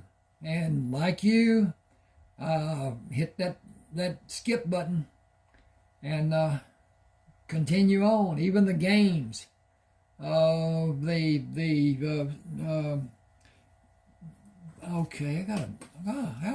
okay. They have ads. They last about a minute. I dislike that very much, but I like to play the games from time to time, especially Klondike and whatever the heck the doggone black numbers are that you have to make lines with to take them all off. Go from king down to ace and take them all off, then you win the game. At any rate, an approaching ship was sighted on the 6th day I was aboard the ship. Captain Chiltern shouted, "We will attack. Joshua, take charge of the crew. Do not sink the ship and lose any valuable cargo it may hold." I shouted, "Sail crews, go aloft. Antonio, take the helm and direct the sail crews and the deck hands. As we plan, make the ship's course look to be the fire from the starboard and turn back to fire from port. Starboard cannon crews, run out the cannon and do as we practice to show readiness for a full broadside. Port cannon crews, raise doors to be ready, but do not run out cannon. I will take the position and load the cannons and elevate them for the best effective firing. Wait for my orders. If my planning is successful, we will have a victory and all of us will live through this encounter. Sharply now, everyone turn to." Tony ordered 3 men to take distant positions on the port railing to relay my orders. I ordered the lower sails to be hauled and held without tying them and brought the ship to a course seeming to cross the bow of the other ship. Before the ships met, I ordered the lower sails dropped, the spinnaker sails to be manned, and turned the ship's bow to starboard. I ordered all sails to be reset to gain speed. The maneuver brought the forward cannon to bear on the other ship before the other ship was able to fire on the Sterling. I estimated the distance to the other ship and cut the fuses to the desired length for each one before I rolled the ball with the fuses seated, having the bitter end down and the fuse running up the side of the ball to be visible on top of the ball. The loose end of the fuse would ignite when the powder was ignited and would continue burning.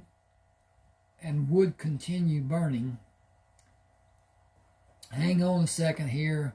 I can't get this doggone cursor to come to me. And would continue burning through the flight of the ball and explode above the deck of the other ship. The explosion would fragment the ball and send pieces of the ball shattering down on the deck and anyone on the deck who was not protected. The first ball exploded over the main deck forward of the first mast, while the second shot exploded over the center of the ship. The third shot I fired held less powder and went into the first gun port of the other ship. The explosion was meant to kill and disrupt the gun crews defending against the attack by the Sterling. Again, I fired a shot which detonated farther back of the center of the main deck and was followed by an explosion over the aft region of the deck. I shouted, "Grappling hooks, stand ready and be prepared to board."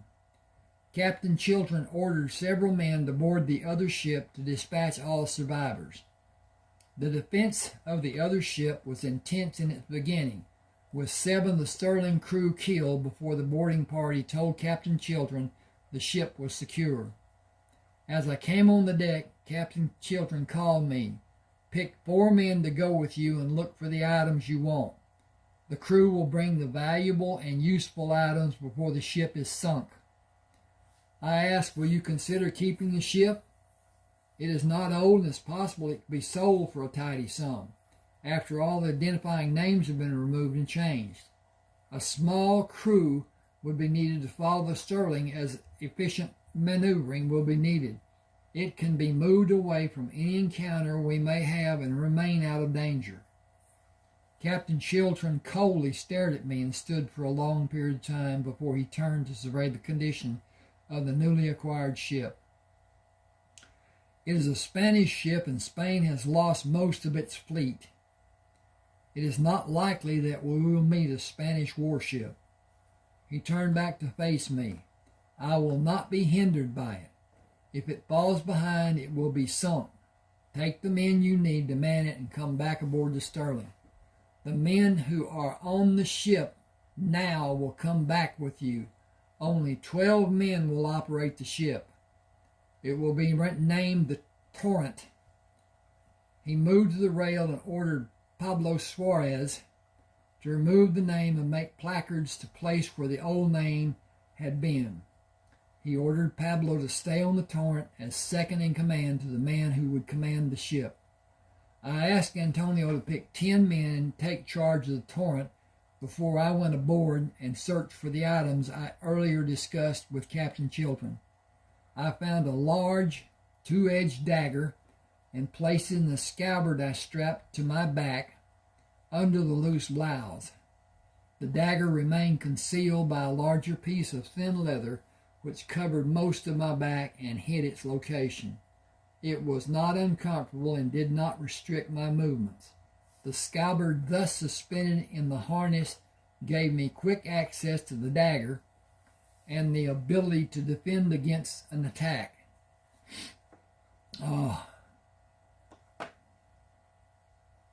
Hang just a second. It was small S-M-A.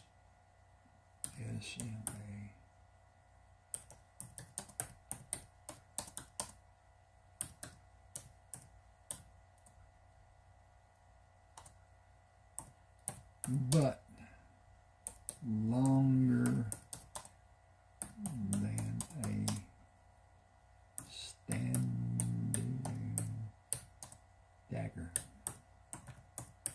Okay, now then, I think it needed a little explanation of what it was. The ability to defend against an attack.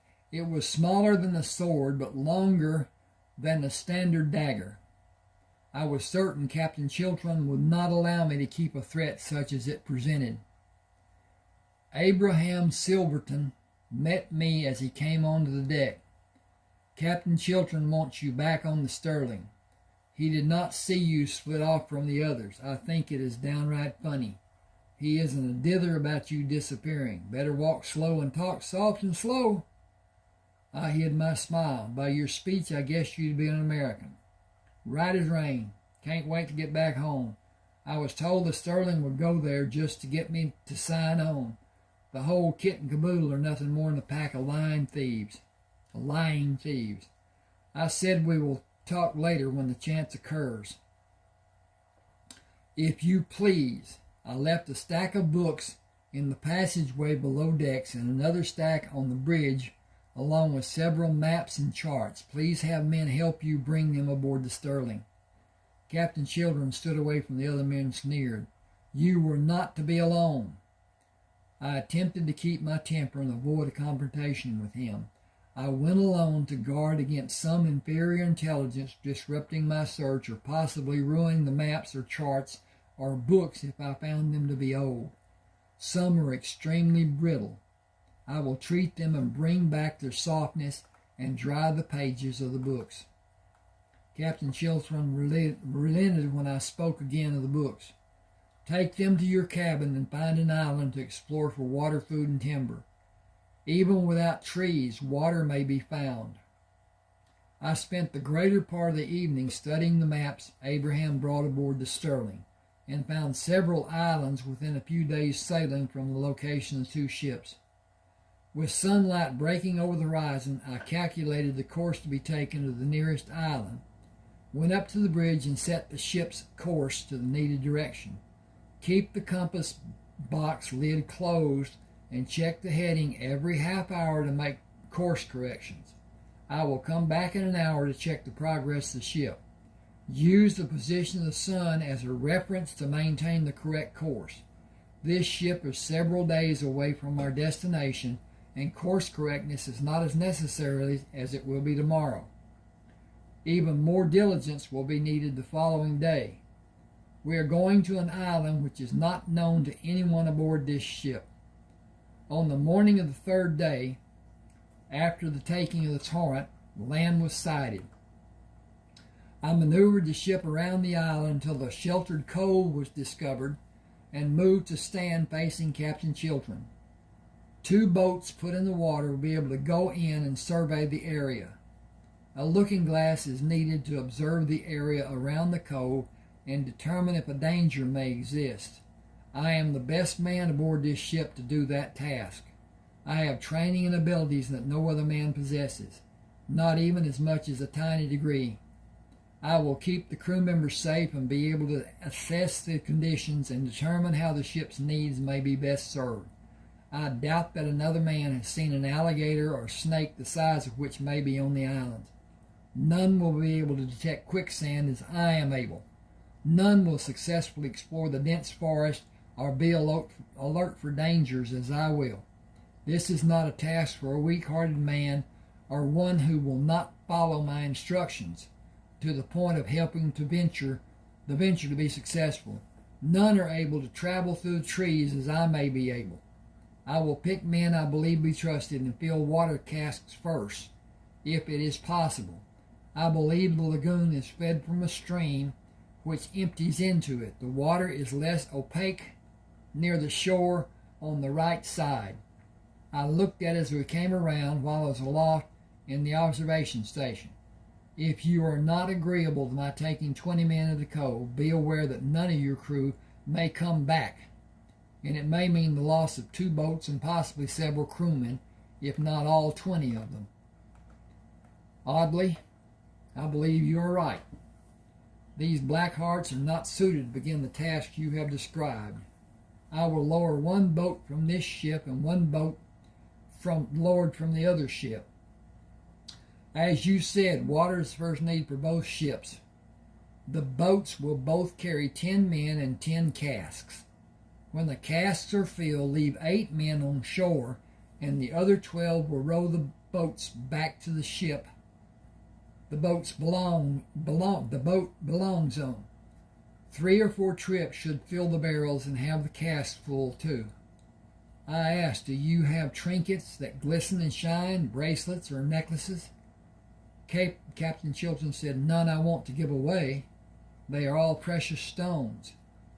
I said, I will row to the Torrent and go aboard to retrieve the items I saw when I was rummaging for the other items I brought back to the ship. The necklaces with precious stones and bracelets are wasted on natives. They only care about the brilliant shine. We might not find anyone. but I want to be prepared as may be possible. As the boat approached the torrent, I yelled at Antonio, "Let down a rope ladder and prepare to lower a boat. We will go into the lagoon and search for water. I have 9 men with me that I have complete faith will be loyal to our cause. Do you have as many that you will trust with your life?" Antonio said, "Every man on this ship will stand their ground with us, but we are hard pressed to use weapons." I climbed the ladder and stood on the deck. "We need the shiny necklaces and bracelets I found in the staterooms and the upper deck, and the small mirrors, looking glasses too. 2 or 3 of each will be enough. I do not know if there are native people on the islands. We need to be quick in getting into the boats and keep Captain Chilton's nerves steady. I would like to take him deep into the forest and wait to see if he can find his way back." Abraham asked, "Do you have any confidence there is even one man remaining on the Sterling who will bet on him coming back if you take him far into the center of the island?" Every man who stood on the deck laughed. Abraham Silverton laughed loudest of all. Abraham Silverton laughed loudest of all. I leaned close to Antonio. I thought he would act as Captain Chilton's spy. Antonio said, "He hates our dear captain and would gladly throw him over the side as was done to his brother." I said, "I believe the day will come when I will be released from that captivity." That's not easy to say when your throat's dry or whatever. "Now, let us advance on the island slowly and with observation and careful navigation. We have no way to know what may be waiting for us." Hang on just a second. I'm going to stand up here and look to see if my progress is what. And it's going good. This is a good story, y'all. I like it. But at any rate, okay. Antonio, Captain Chilton ordered you to command the second boat and bring water back to the torrent until the barrels are all full and the casks are also. Abraham, you are ordered to stay aboard. I am sorry you will not be allowed to go with us, perhaps tomorrow. Abraham said, "You can deal with the natives and wild animals, and I will gladly stay right where I am." I asked, "Will you find pots or clean jars that may be filled with extra water? If the Sterling runs low on water, barrels will be lifted on the Sterling, and this crew will be rationed again." I was surprised when Captain Chilton did not order men to count the water barrels. "I hope you have hidden several." As I'm going to change that. I hope you have several, Beral, hidden. And then take that, and do one space, and do delete.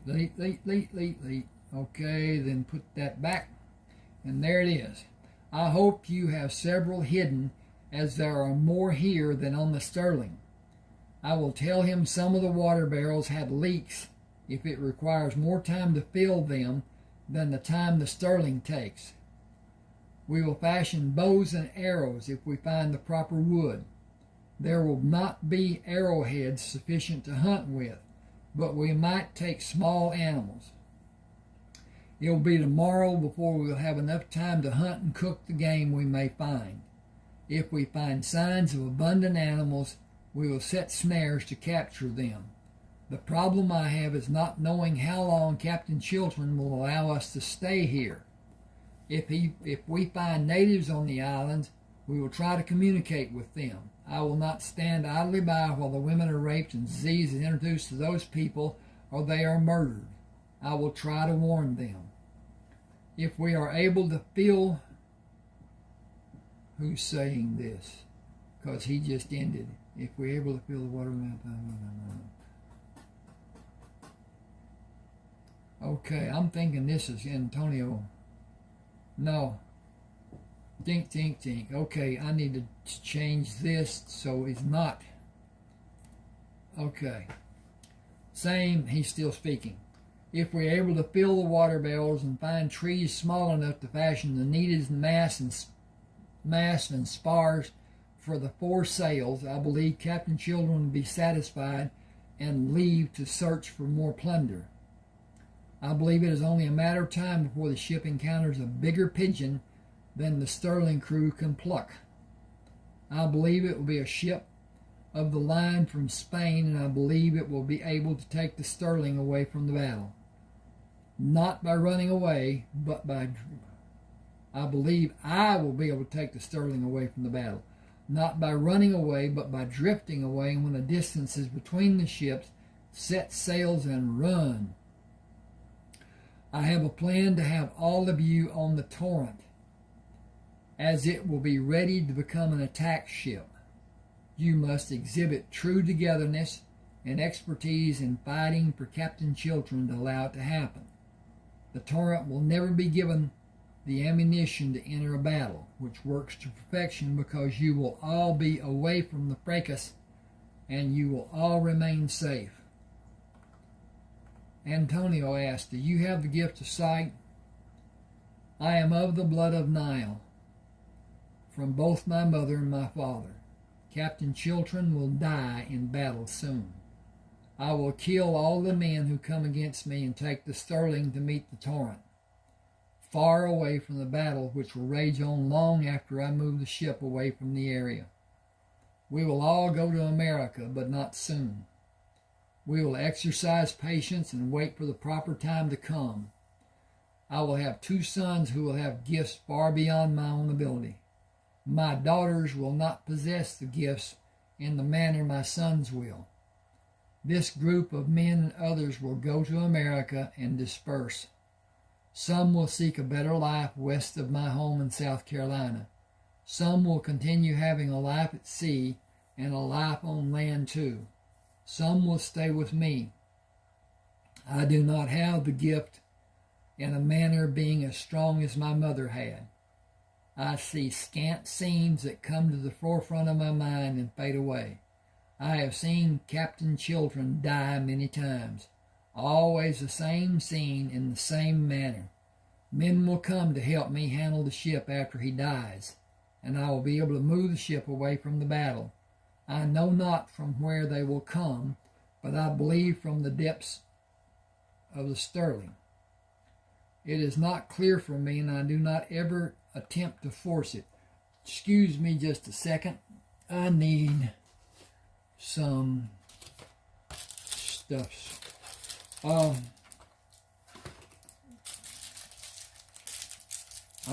am not diabetic in the sense that my sugar falls, rises, as the diabetes would be. Oh, this is great. But at any rate, I'm having an episode. It is not life-threatening, and it will be controlled by my getting these little jobbers.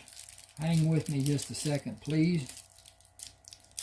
It's called hypoglycemia, not hyper as the sugar. My sugar falls, so I need to replace what I have, what falls, and this usually happens after I eat. But at any rate, my head starts to swim, gets all out of kilter, and this will help. I don't know if I have enough, but it will help. So, should have more of these, I guess. At any rate, hope you all enjoy good health.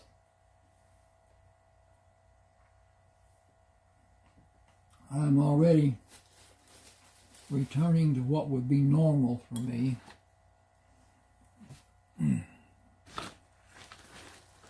Okay. I'll attempt to continue reading. If I can find where I was. Here it is. It is not clear from me, and I do not ever attempt to force it. It is enough for me to see a part. I did not see my capture from the fishing boat, or have a forewarning of my companions being slaughtered. I stopped. We should go. Captain Chiltern grows restless. He is never patient. It will be his downfall in the end. Every man in the crew of the Sterling, save me, will be killed on the ship or die in the water. I guided the boat into the cove and stopped to watch the shoreline and trees for movement. Everyone pick a spot to watch and tell the other men what you're watching so we cover the shore and the trees. If there are people watching us, they will not show themselves. I took out a mirror and flashed it across the shore and into the trees, sweeping the underbrush and shore over and over without seeing movement on the shore. I have a bad feeling. We were without a means to defend ourselves.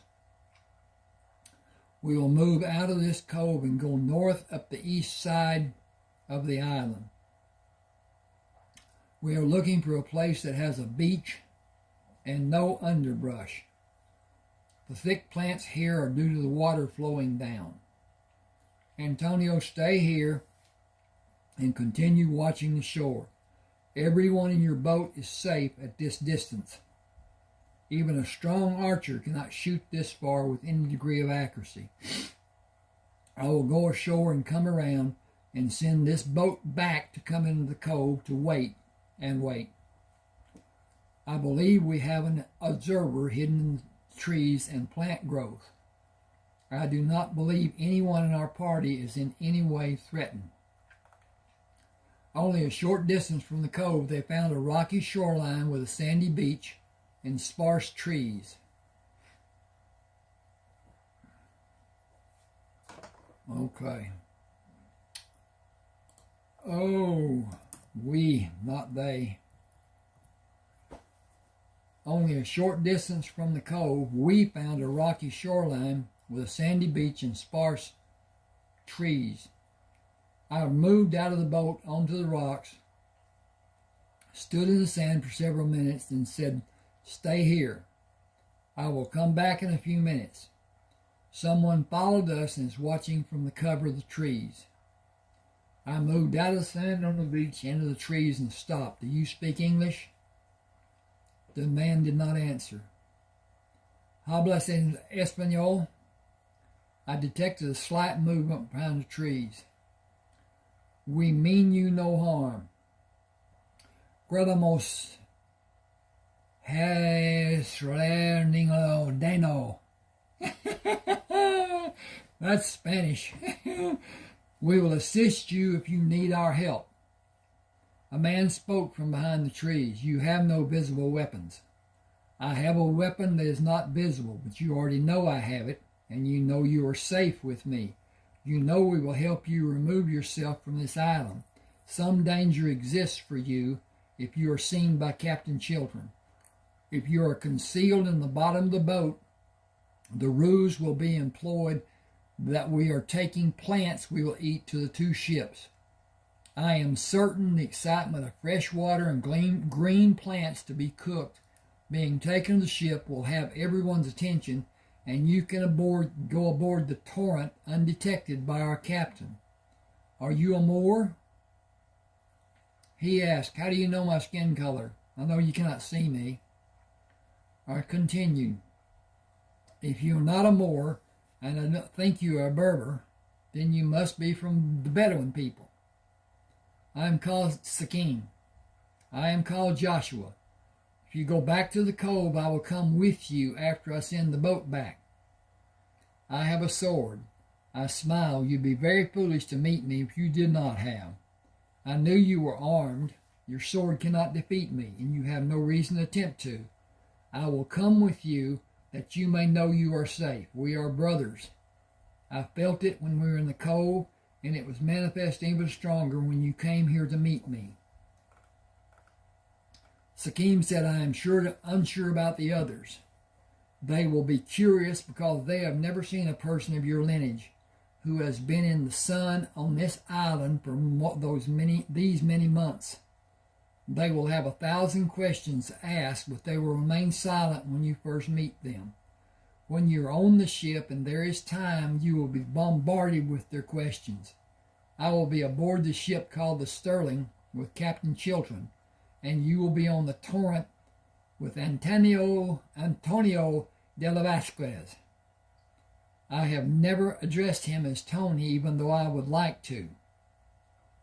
He has always been Tony in the convolutions of my mind. I will dispatch the boat we came in.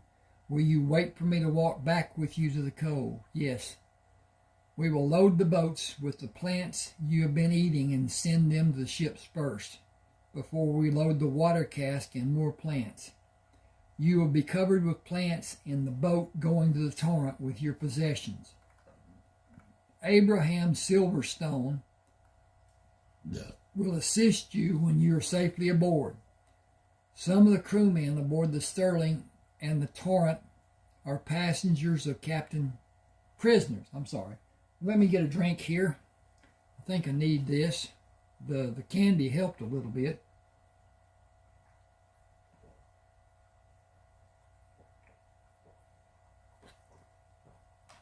This is Pepsi, so it's got some sugar in it, but it's not a help as much as what sugar is. Sugar. Okay. Abraham Silverstone will assist you when you are safely aboard. Some of the crewmen aboard the Sterling and the Torrent are prisoners of Captain Chilton. I believe it will not be long before we are free men again, but aboard a ship will serve you better than staying on... Okay, hang on just a second. I got to change this. Being aboard a ship will serve you better than staying on this island. I need to click a couple of buttons here. Hit that save as. Do it as download. And is that all? No, yes, that's the super plenty. Okay. All right. Thank you. I instructed the men on the boat to return to the cove and walk back with Sakim. Ding, ding, ding, ding, ding. Missed a period. I told him about my capture and life aboard the Sterling and about the undertaking of procuring water and timbers for mast and spars to assemble the spinnaker sails. I cautioned Sakim to remain hidden aboard the Torrent, especially from the men in the lookout station high above the deck of the Sterling. I moved through the underbrush to stand on the shoreline. Antonio, will you please swim to shore? You will find the water to be brackish when you enter it and almost fresh when you reach the shore. As Tony pulled his body out of the water, I said, I have always had the strongest desire to call you Tony. Is that acceptable?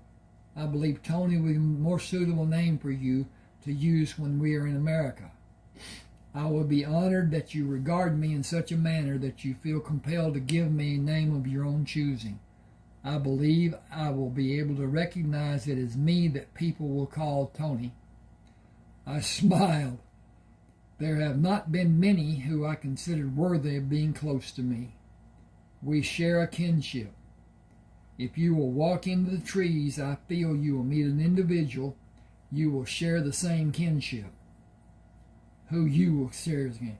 His name is Sakim, and he's truly unlike any man I have ever had the pleasure of meeting. Our lives will be blessed and enriched because we share so much. We are brothers in intelligence, in strength, in vision, in physical and mental abilities. Please come. Okay, I need to find this cursor. I bought this stinking thing. My gotta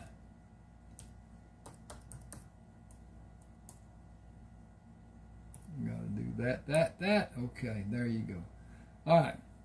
At any rate, Chinese, and the doggone directional pad in the middle Didn't work very well on the right side to start with. Then it didn't work very well on the left side. Then it quit working altogether.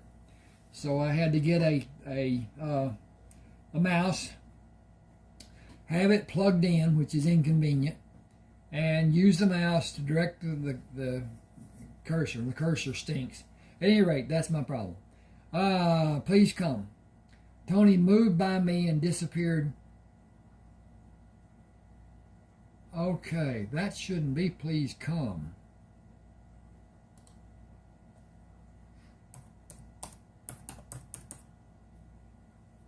Okay, that should be please go there. Okay. Tony moved by me and disappeared in the brush. I followed him to Sikkim. Tony asked, how did you get here? Are there others? I was taken prisoner and was swept over the side of the ship during a storm. I was the only man on this island until Joshua stepped onto it. I took Tony's arm in my hand. We will put Sikkim in the boat with his possessions and cover him with the green plants to be cooked and eaten by the ship's crews. You said you trust the men you have in your boat. Sikkim will go to his hut and bring his possessions while we cut the plants we will take back to the ship. We will load my boat first, and I will go away from shore into the boat. I will go away from shore until the boat is near the mouth of the cove and stop to make adjustments on the leaves, using the pretense of protecting the more delicate plants. Tell the 4 men left from my boat they have your permission to swim while you load your boat. Sikkim must go into the water and have 2 or more of your men help him into the bottom of the boat and obscure the vision of the men in my boat. The men will all be waiting at the rails for what we bring to the 2 ships and will not see him. Bring his possessions to surround his body and protect them. Leave 4 of your men to help the 4 men from my boat and have them cut more of the plants to be loaded and taken to the ships later. When your boat comes within a short distance of mine, we will both row out to the ships by taking the boats on a course that will fall between the 2 ships. When we are within 50 yards of the 2 ships, we will break off and go to our respective ships. The crew of the Sterling will be so overjoyed at the prospects of having fresh food, they will not be able to contain themselves. Their attention will be on my boat, and you will slip quietly onto the turret, on its starboard side and away from prying eyes that may be on the Sterling. No one on the Sterling will notice Sikkim when he goes aboard, as they will all concentrate on the fresh food. Okay.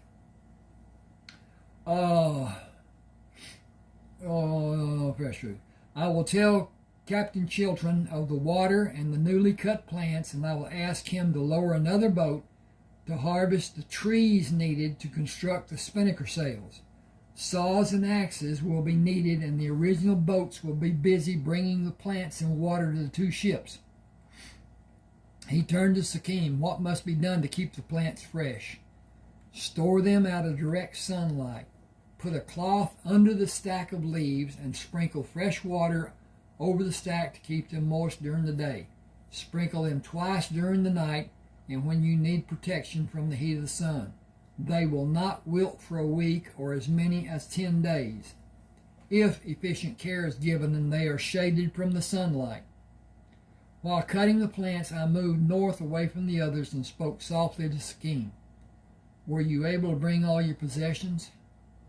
Yes, but I will not have sufficient room for them in the boat on the first trip to the ship. Will you be able to bring them later? I smiled. Getting you to the ship will not be a problem, and bringing the remainder of your possessions will not pose a problem. Do you know where trees may be found that have the size to be made into masts and spars for the spinnaker sails, such as we discussed coming back to the cove? Can you follow the tracks leading to my hut? I can. Trees such as you want are plentiful. If you turn northeast before you get to the hut. I had a fire before I retrieved my belongings. When you detect the odor of smoke, make the northeast turn. I had no fire for many weeks after I came on the island until a lightning strike caused a fire. I nurtured the fire day and night since that time. It is an old habit. I said the smell was the sign that triggered my believing you were here and the physical presence I felt. I stopped the boat near the mouth of the cove and slowly moved a larger leaf to cover smaller ones, then had a man who was able to follow my lead do the same through the 6 sections of the boat. His actions allowed time for Sakine to be placed in the boat. The boat was loaded and rowed out to my location. I smiled when Tony reacted and returned the nod of my head and signed with a single thumb up. Captain Chiltern stiffened and shouted at me when he was able to see the green plants stacked high in the boat. You found no water? I waited until the boat closed on the Sterling. There is water in plentiful amounts and trees of all sizes. I will speak about it when I come aboard. Captain Chiltern was livid. Why did you not bring water? I commanded you to bring water. I hesitated a few seconds to stifle the desire to lash out at Captain Chiltern and watch the sternness slowly leave the captain's face. I considered the morale of his crew, the excitement of the men when they saw the food in the boats warranted that judgment. We will make several trips to bring back food once the ships have been moved closer to the coal. Another boat and crew are needed to cut the trees for the spinnaker sails. Tools to cut the trees are also needed. Rigging is required to place the timbers once they have the bark removed and they have been treated. I have 8 extra men on the island cutting plants to bring aboard. The supply they will have ready will be enough to fill the 2 boats in the time required to move the ships and anchor them. Water, plants, and timbers will be aboard before nightfall, and the ships will be able to get underway. May I suggest rigging spinnaker sails for the Torrent, as the ship will not be able to match our speed under full sail? Yes, with only the crewmen that are on the ship now doing the labor. I said with the new sails set in place, 4 more men will be required to handle the sails, and if more men are on the Torrent, food and water consumption would be less for the Sterling. Captain Chiltern looked questioning at me and did not answer for the longest time before he said, I see the reasons you might want more men on the Torrent and less men on the Sterling. Beware of your actions. If there is any indication of maneuver to take over the Sterling, I will have you thrown over the side and sink the Torrent. Only the slightest indication will cause those 2 things to happen, accident or otherwise, intended or not. I will take great pleasure from watching it being done. I remained stoic in my expression when Captain Chiltern said, move 12 men to the Torrent after the ships have been loaded. I hurried to the boat to meet Tony in the shallow water of the cove.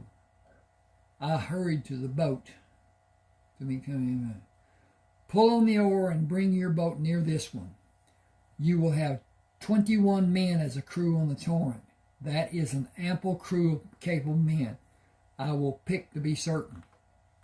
This is chapter 3. I don't remember passing chapter 2. Okay. I don't know if I'm going to make 3 of them. No, probably not. With the sails in place aboard the Sterling and Torrent, Tony was forced to lower the aft spinnaker sails to avoid overtaking the Sterling. I was able to see the sails taken down and waited to see if the Torrent fell behind. I was delighted when Tony lowered the smaller forward spinnaker sail and the Torrent kept pace with the Sterling. The second day after the ships left the island, the lookout sighted a ship sailing in a direction that would cross in front of the Sterling. It was overtaken by the Sterling when it changed course and and to sail parallel to the Sterling. A man stood at the railing holding a white flag streaming in the breeze. He shouted when the ships are closer, "Do you have a doctor? There is sickness on this ship. Most of the men have died and the water is gone. There are only 7 of us still alive." I shouted from the bow of the Sterling, "Have the dead bodies been thrown from the ship?" The man answered, "Yes." "Have the remaining men been sick?" The man shouted, "Yes. We are better now, but we have not had water for almost 3 days." I moved to the rail of the forecastle and spoke to Captain Chiltern. The men aboard that ship do not pose a threat, if what the man said is true. If it is true, I will have the cannon ready. If it is not true, I'll have the cannon ready to fire on the ship and sink it. It is not flying a flag I recognize. If it is a privateer ship, it may have a valuable cargo or even treasure. The men left on the ship are not ill and show no signs of being contagious and able to pass the disease to other men. I would send 1 man to be assured of the number of men aboard the ship. I believe they suffered from lack of drinking water and ate food that made them ill. Without medical care and abundant water, they would have surely died. What is the meaning of the word contagious? It is having the ability to make another person ill by transferring germs. I leaned over the rail and lowered my voice. "Send the man you wish was not in the ship's complement and leave him on the ship until it is established that there's no disease to be contracted. It will be a waste. It will not be a waste, will it?" I saw the captain's expression. Why has that got a problem? I don't know. Oh, it thinks it needs to be different. I'm gonna change this just so it'd be satisfying for somebody. Okay. CH.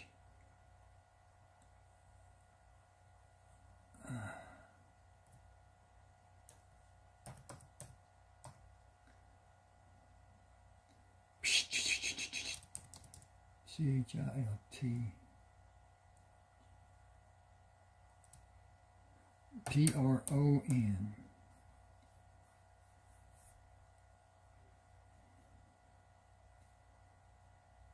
I saw Captain Chiltern change his expression from the sternness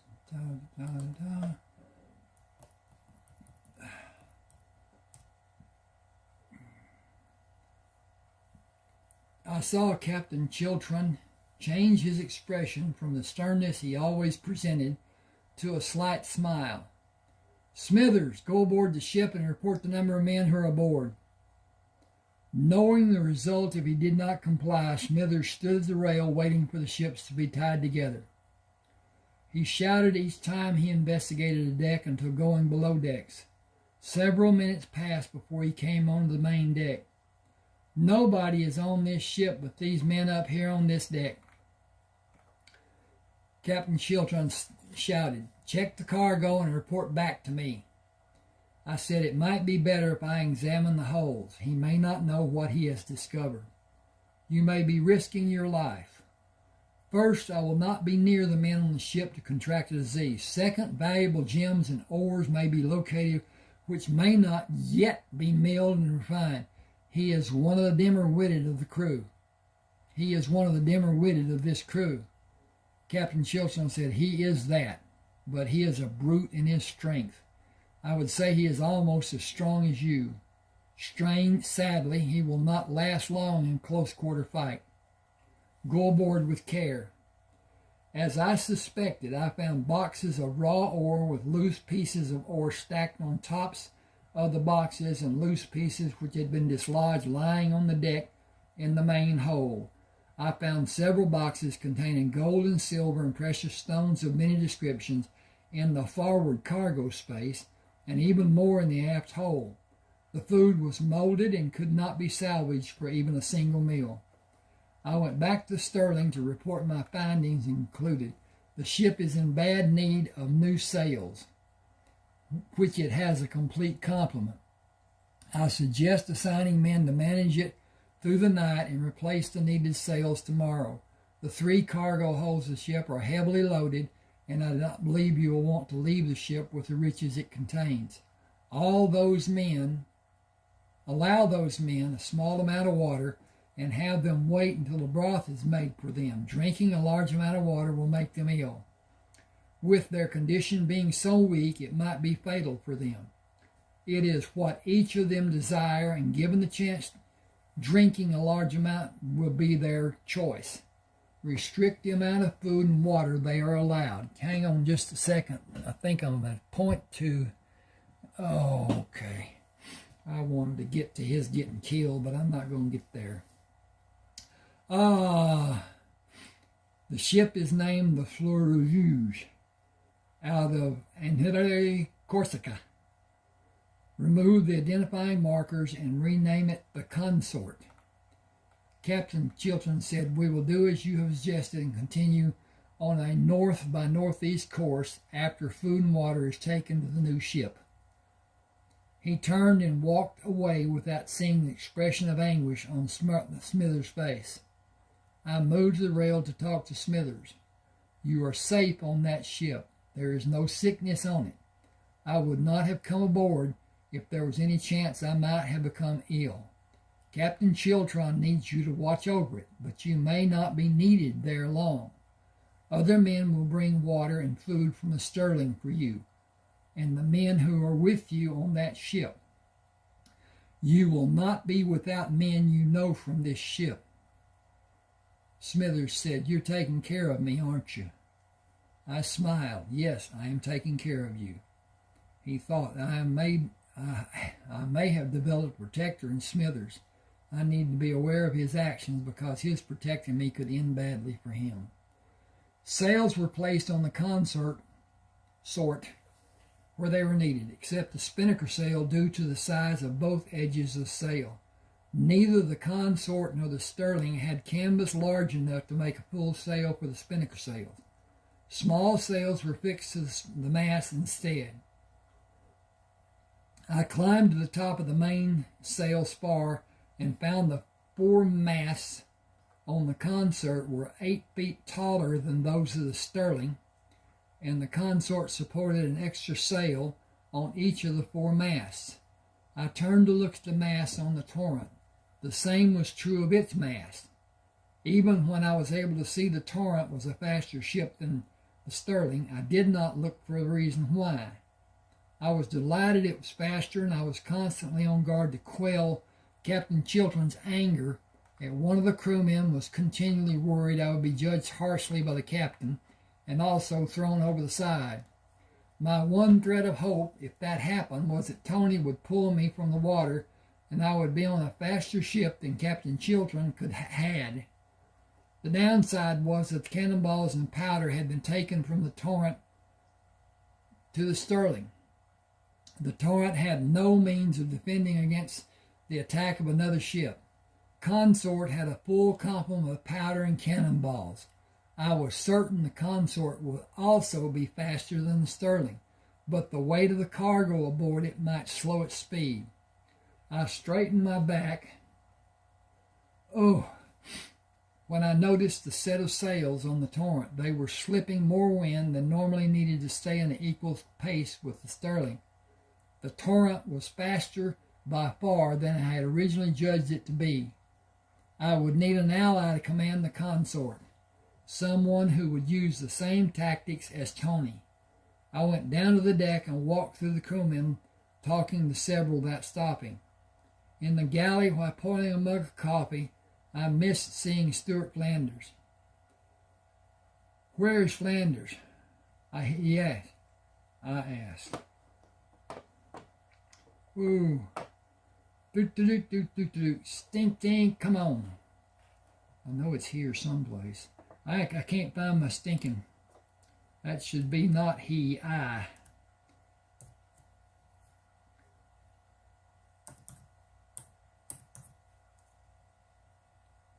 Oh, golly dog.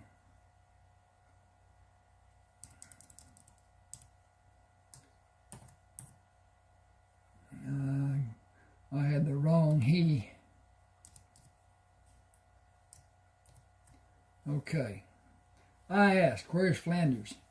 He is on the new ship. He is assigned to that ship. He will be sorely missed as he helped us all with the cooking. The captain made a mistake moving him. I took the mug, thanked the men, and hurried to the rail.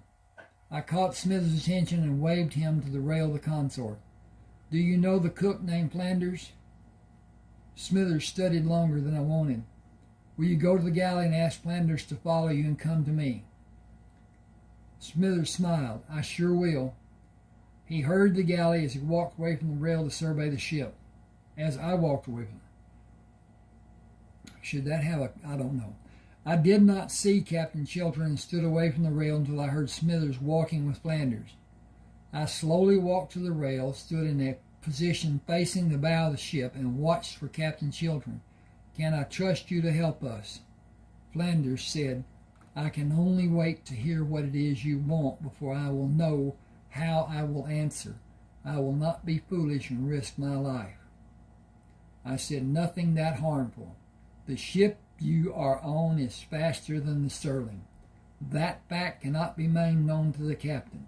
Sails must be reduced to maintain safety for everyone on that ship, and this one and on that ship and this one on the Torrent. It is a simple thing, actually. Keep the ship on a constant course and match the speed of the Sterling. If anyone on that ship wants to go on living, the captain must never know it is faster than his ship. I cannot stand here any longer. You have been advised and warned. Think about what the captain might do if the consort makes even a small gain on the Sterling. Reduce sail efficiencies and slip more wind than normal. Tell someone in the sail crews if you are able. Warn him as I warned you. Look to the Torrent for an example of what needs to be done, and keep the captain from blowing your ship out of the water. Do nothing if you feel he will never do such a cruel and stupid act. I would not bet my life on it not being done. Flanders said, count on me. I have 2 friends in the sail crew. We will see to it. I said, hurry about it. We will get underway when the sails are in place. This ship will be in a terrible battle soon. Have whoever commands the consort follow the Torrent away from the battle if you want to live. I hope and pray that wisdom prevails and that ship follows the Torrent. Take it if you must. When you see the fires from the battle, take the ship and run with the Torrent. The crews of both the Torrent and the consort are not large enough to withstand a battle with a ship of the line, no matter which country it belongs to. I turned and brought my head down to Smithers and smiled when he brought his head back up. Thank you, Smithers. I turned and slowly walked away, sipping the coffee as I walked, and heard Smithers say, he's my friend and he takes care of me. Flanders said, I think he's taking care of all of us. For that I am thankful and certainly in his debt. We are all in his debt. Smithers asked, what does that mean? Flanders smiled. Indebted to him, owing him something for a favor he gave, in his debt. Smithers said, we are all in his debt. I like that. I wondered if Smithers was only as mean as he needed to be. Woo! And then this thing is goofy. I don't think I can do much about it. I'm going to have to fix this later. Okay, I'm going to quit here pretty quick anyway. With the sails on the 3 ships in place, I ordered the crews to drop sails and man the helms and lookout stations. The captain stayed in his cabin, and more than half of the ship's crew were somewhere other than on the main deck. When I had the course and minutes plotted, I instructed the helmsman and inspected the top side of the ship before I went to my cabin. Okay. Tink, tink, tink, tink, tink. I got a few minutes. The crews of the Sterling, Torrent, Consort, and I awakened the cannon fire. I dressed and moved onto the deck and observed the men of the Sterling wilting away under the onslaught of the Spanish attackers. What remained of the deck on the port side was covered in blood. More men from the Sterling came out topside and attempted to push the attackers back. A man slipped as he advanced on my position, and I slammed the dagger into the man's body and jerked up on it. Blood poured out onto what was a dry deck. I moved away to stand on the dry deck. A slip in the blood on the deck could cost me my life. I picked up a heavy broadsword in time to parry a blow and hack a man across his chest. Again I moved away from the blood. A man slipped on the bloody deck trying to make his way to engage me. I shook my fingers from side to side and said, "Not your enemy," in Spanish. Still the man slid his leather boots across the blood-soaked deck and raised his sword to a high guard, preparing to bring it crashing down on me. I flicked the point of the dagger at the man to draw his attention to the dagger and swung the broadsword in a vicious cut to the man's left side. Men from both sides were hampered by bodies sprawled across the port side of the main deck. The crews of the two ships fought until only 7 Spanish soldiers and I were left standing on the deck. The 7 men looked at me from the port side of the Sterling. One advanced on my position and raised his sword to strike. I cut him under his extended arm and immediately swung the sword to cut across the man's chest. When his arm came down, I sidestepped to avoid the falling sword, swung the broadsword again, and cut down on his shoulder and neck, severing his spine. 2 more of the Spanish men fell from my broadsword before the last 3 men panicked and dropped their weapons. They jumped up on the railing and leaped into the water to swim back to their sinking ship. The fighting ended and the others were busy trying to help their comrades and save their stricken ships. Smoke from burning ships and smoke from cannon fire drifted toward the Sterling. Captain Chilton came from the shadows and slipped in the blood. "I have wanted to kill you since the first day you were hauled aboard my ship. You took the respect and fear of my men from me. You took control of my ship from me. I could never argue against your suggestions, and you always gave them in plain sight of the crew to make me seem worthless." He lunged at me, intent on striking while my sword was down. The blood he disregarded proved to be his undoing as he slipped and fell in front of me. One slash across his back ended his reign of fear aboard the Sterling. The ship was drifting, and I moved up to the bridge, squatted behind the wheel to be hidden from unknown eyes, and slowly turned the ship to the east to have the wind fill the sails and the ship gain speed. The Sterling slipped away from the area on a heading to attempt a meeting with the consort and the Torrent. I felt rather than heard the remaining members of the crew come onto the blood-soaked deck. I held the wheel with my left hand and the broadsword with my right, prepared to meet a man who attempted to climb the rail of the bridge with a dagger in his hand. I left the wheel and met the man, his head come above the deck. I brought the edge of the sword down on his head, pulled the sword away, and moved to correct the position of the rudder. Bodies of the dead were thrown overboard and the deck was scrubbed clean. Everyone asked each other if ships would chase them.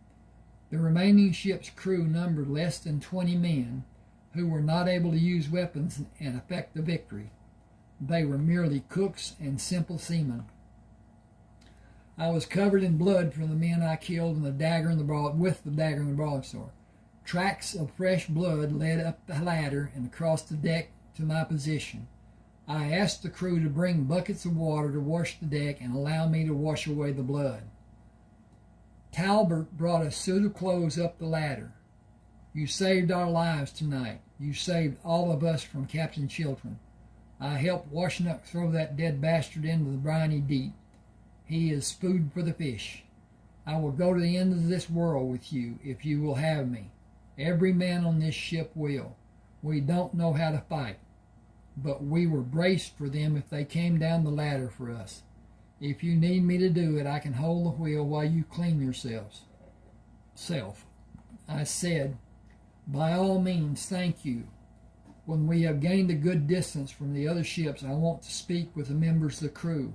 We are going to meet the 2 ships we were with earlier and go into the Mediterranean. I hope to meet fewer pirate ships in these waters. We have been lucky to meet ships harboring men with inferior skills trying to be pirates and not actually experienced pirates. Okay, that is the ending of that portion.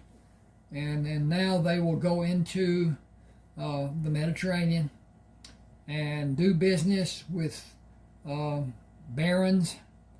And they're not called barons in Spain. But anyway, patrons of the crown. Now, the problem is that Bonaparte's brother was put on the throne to be king. He didn't want to be. And at his first chance, he tried to leave. And his brother came and put him back on the throne. But at any rate, he's still relying on they're called dons, and not barons. And the dons are the richest people in Spain. But at any rate, okay, please subscribe to my channel. If you want to read any of my books, there's my email address at the bottom of the cover page. And send me to what your choice is and what you want and blah, blah, blah. And we'll make arrangements. Please subscribe, hit the like button, do a comment, share if you will. Really enjoyed this. Hope everybody does. I am going to do another reading on this, taking off from here with Talbot was swabbing the excess water on the bridge when I came up the ladder. And I don't even know what page it is, but we'll look and see. At this point, it is page, I think, 30. Okay, so I read 29 pages, and it took 2.5 hours. Well, I did some stuff too, and whatever. But at any rate, thanks for being with me. Hope this was enjoyed. Hope you were well. I got to go get some sugar. Give me more balance. Anyway, thanks for being with me. Good night. Good day. Good night. Good up. Whatever.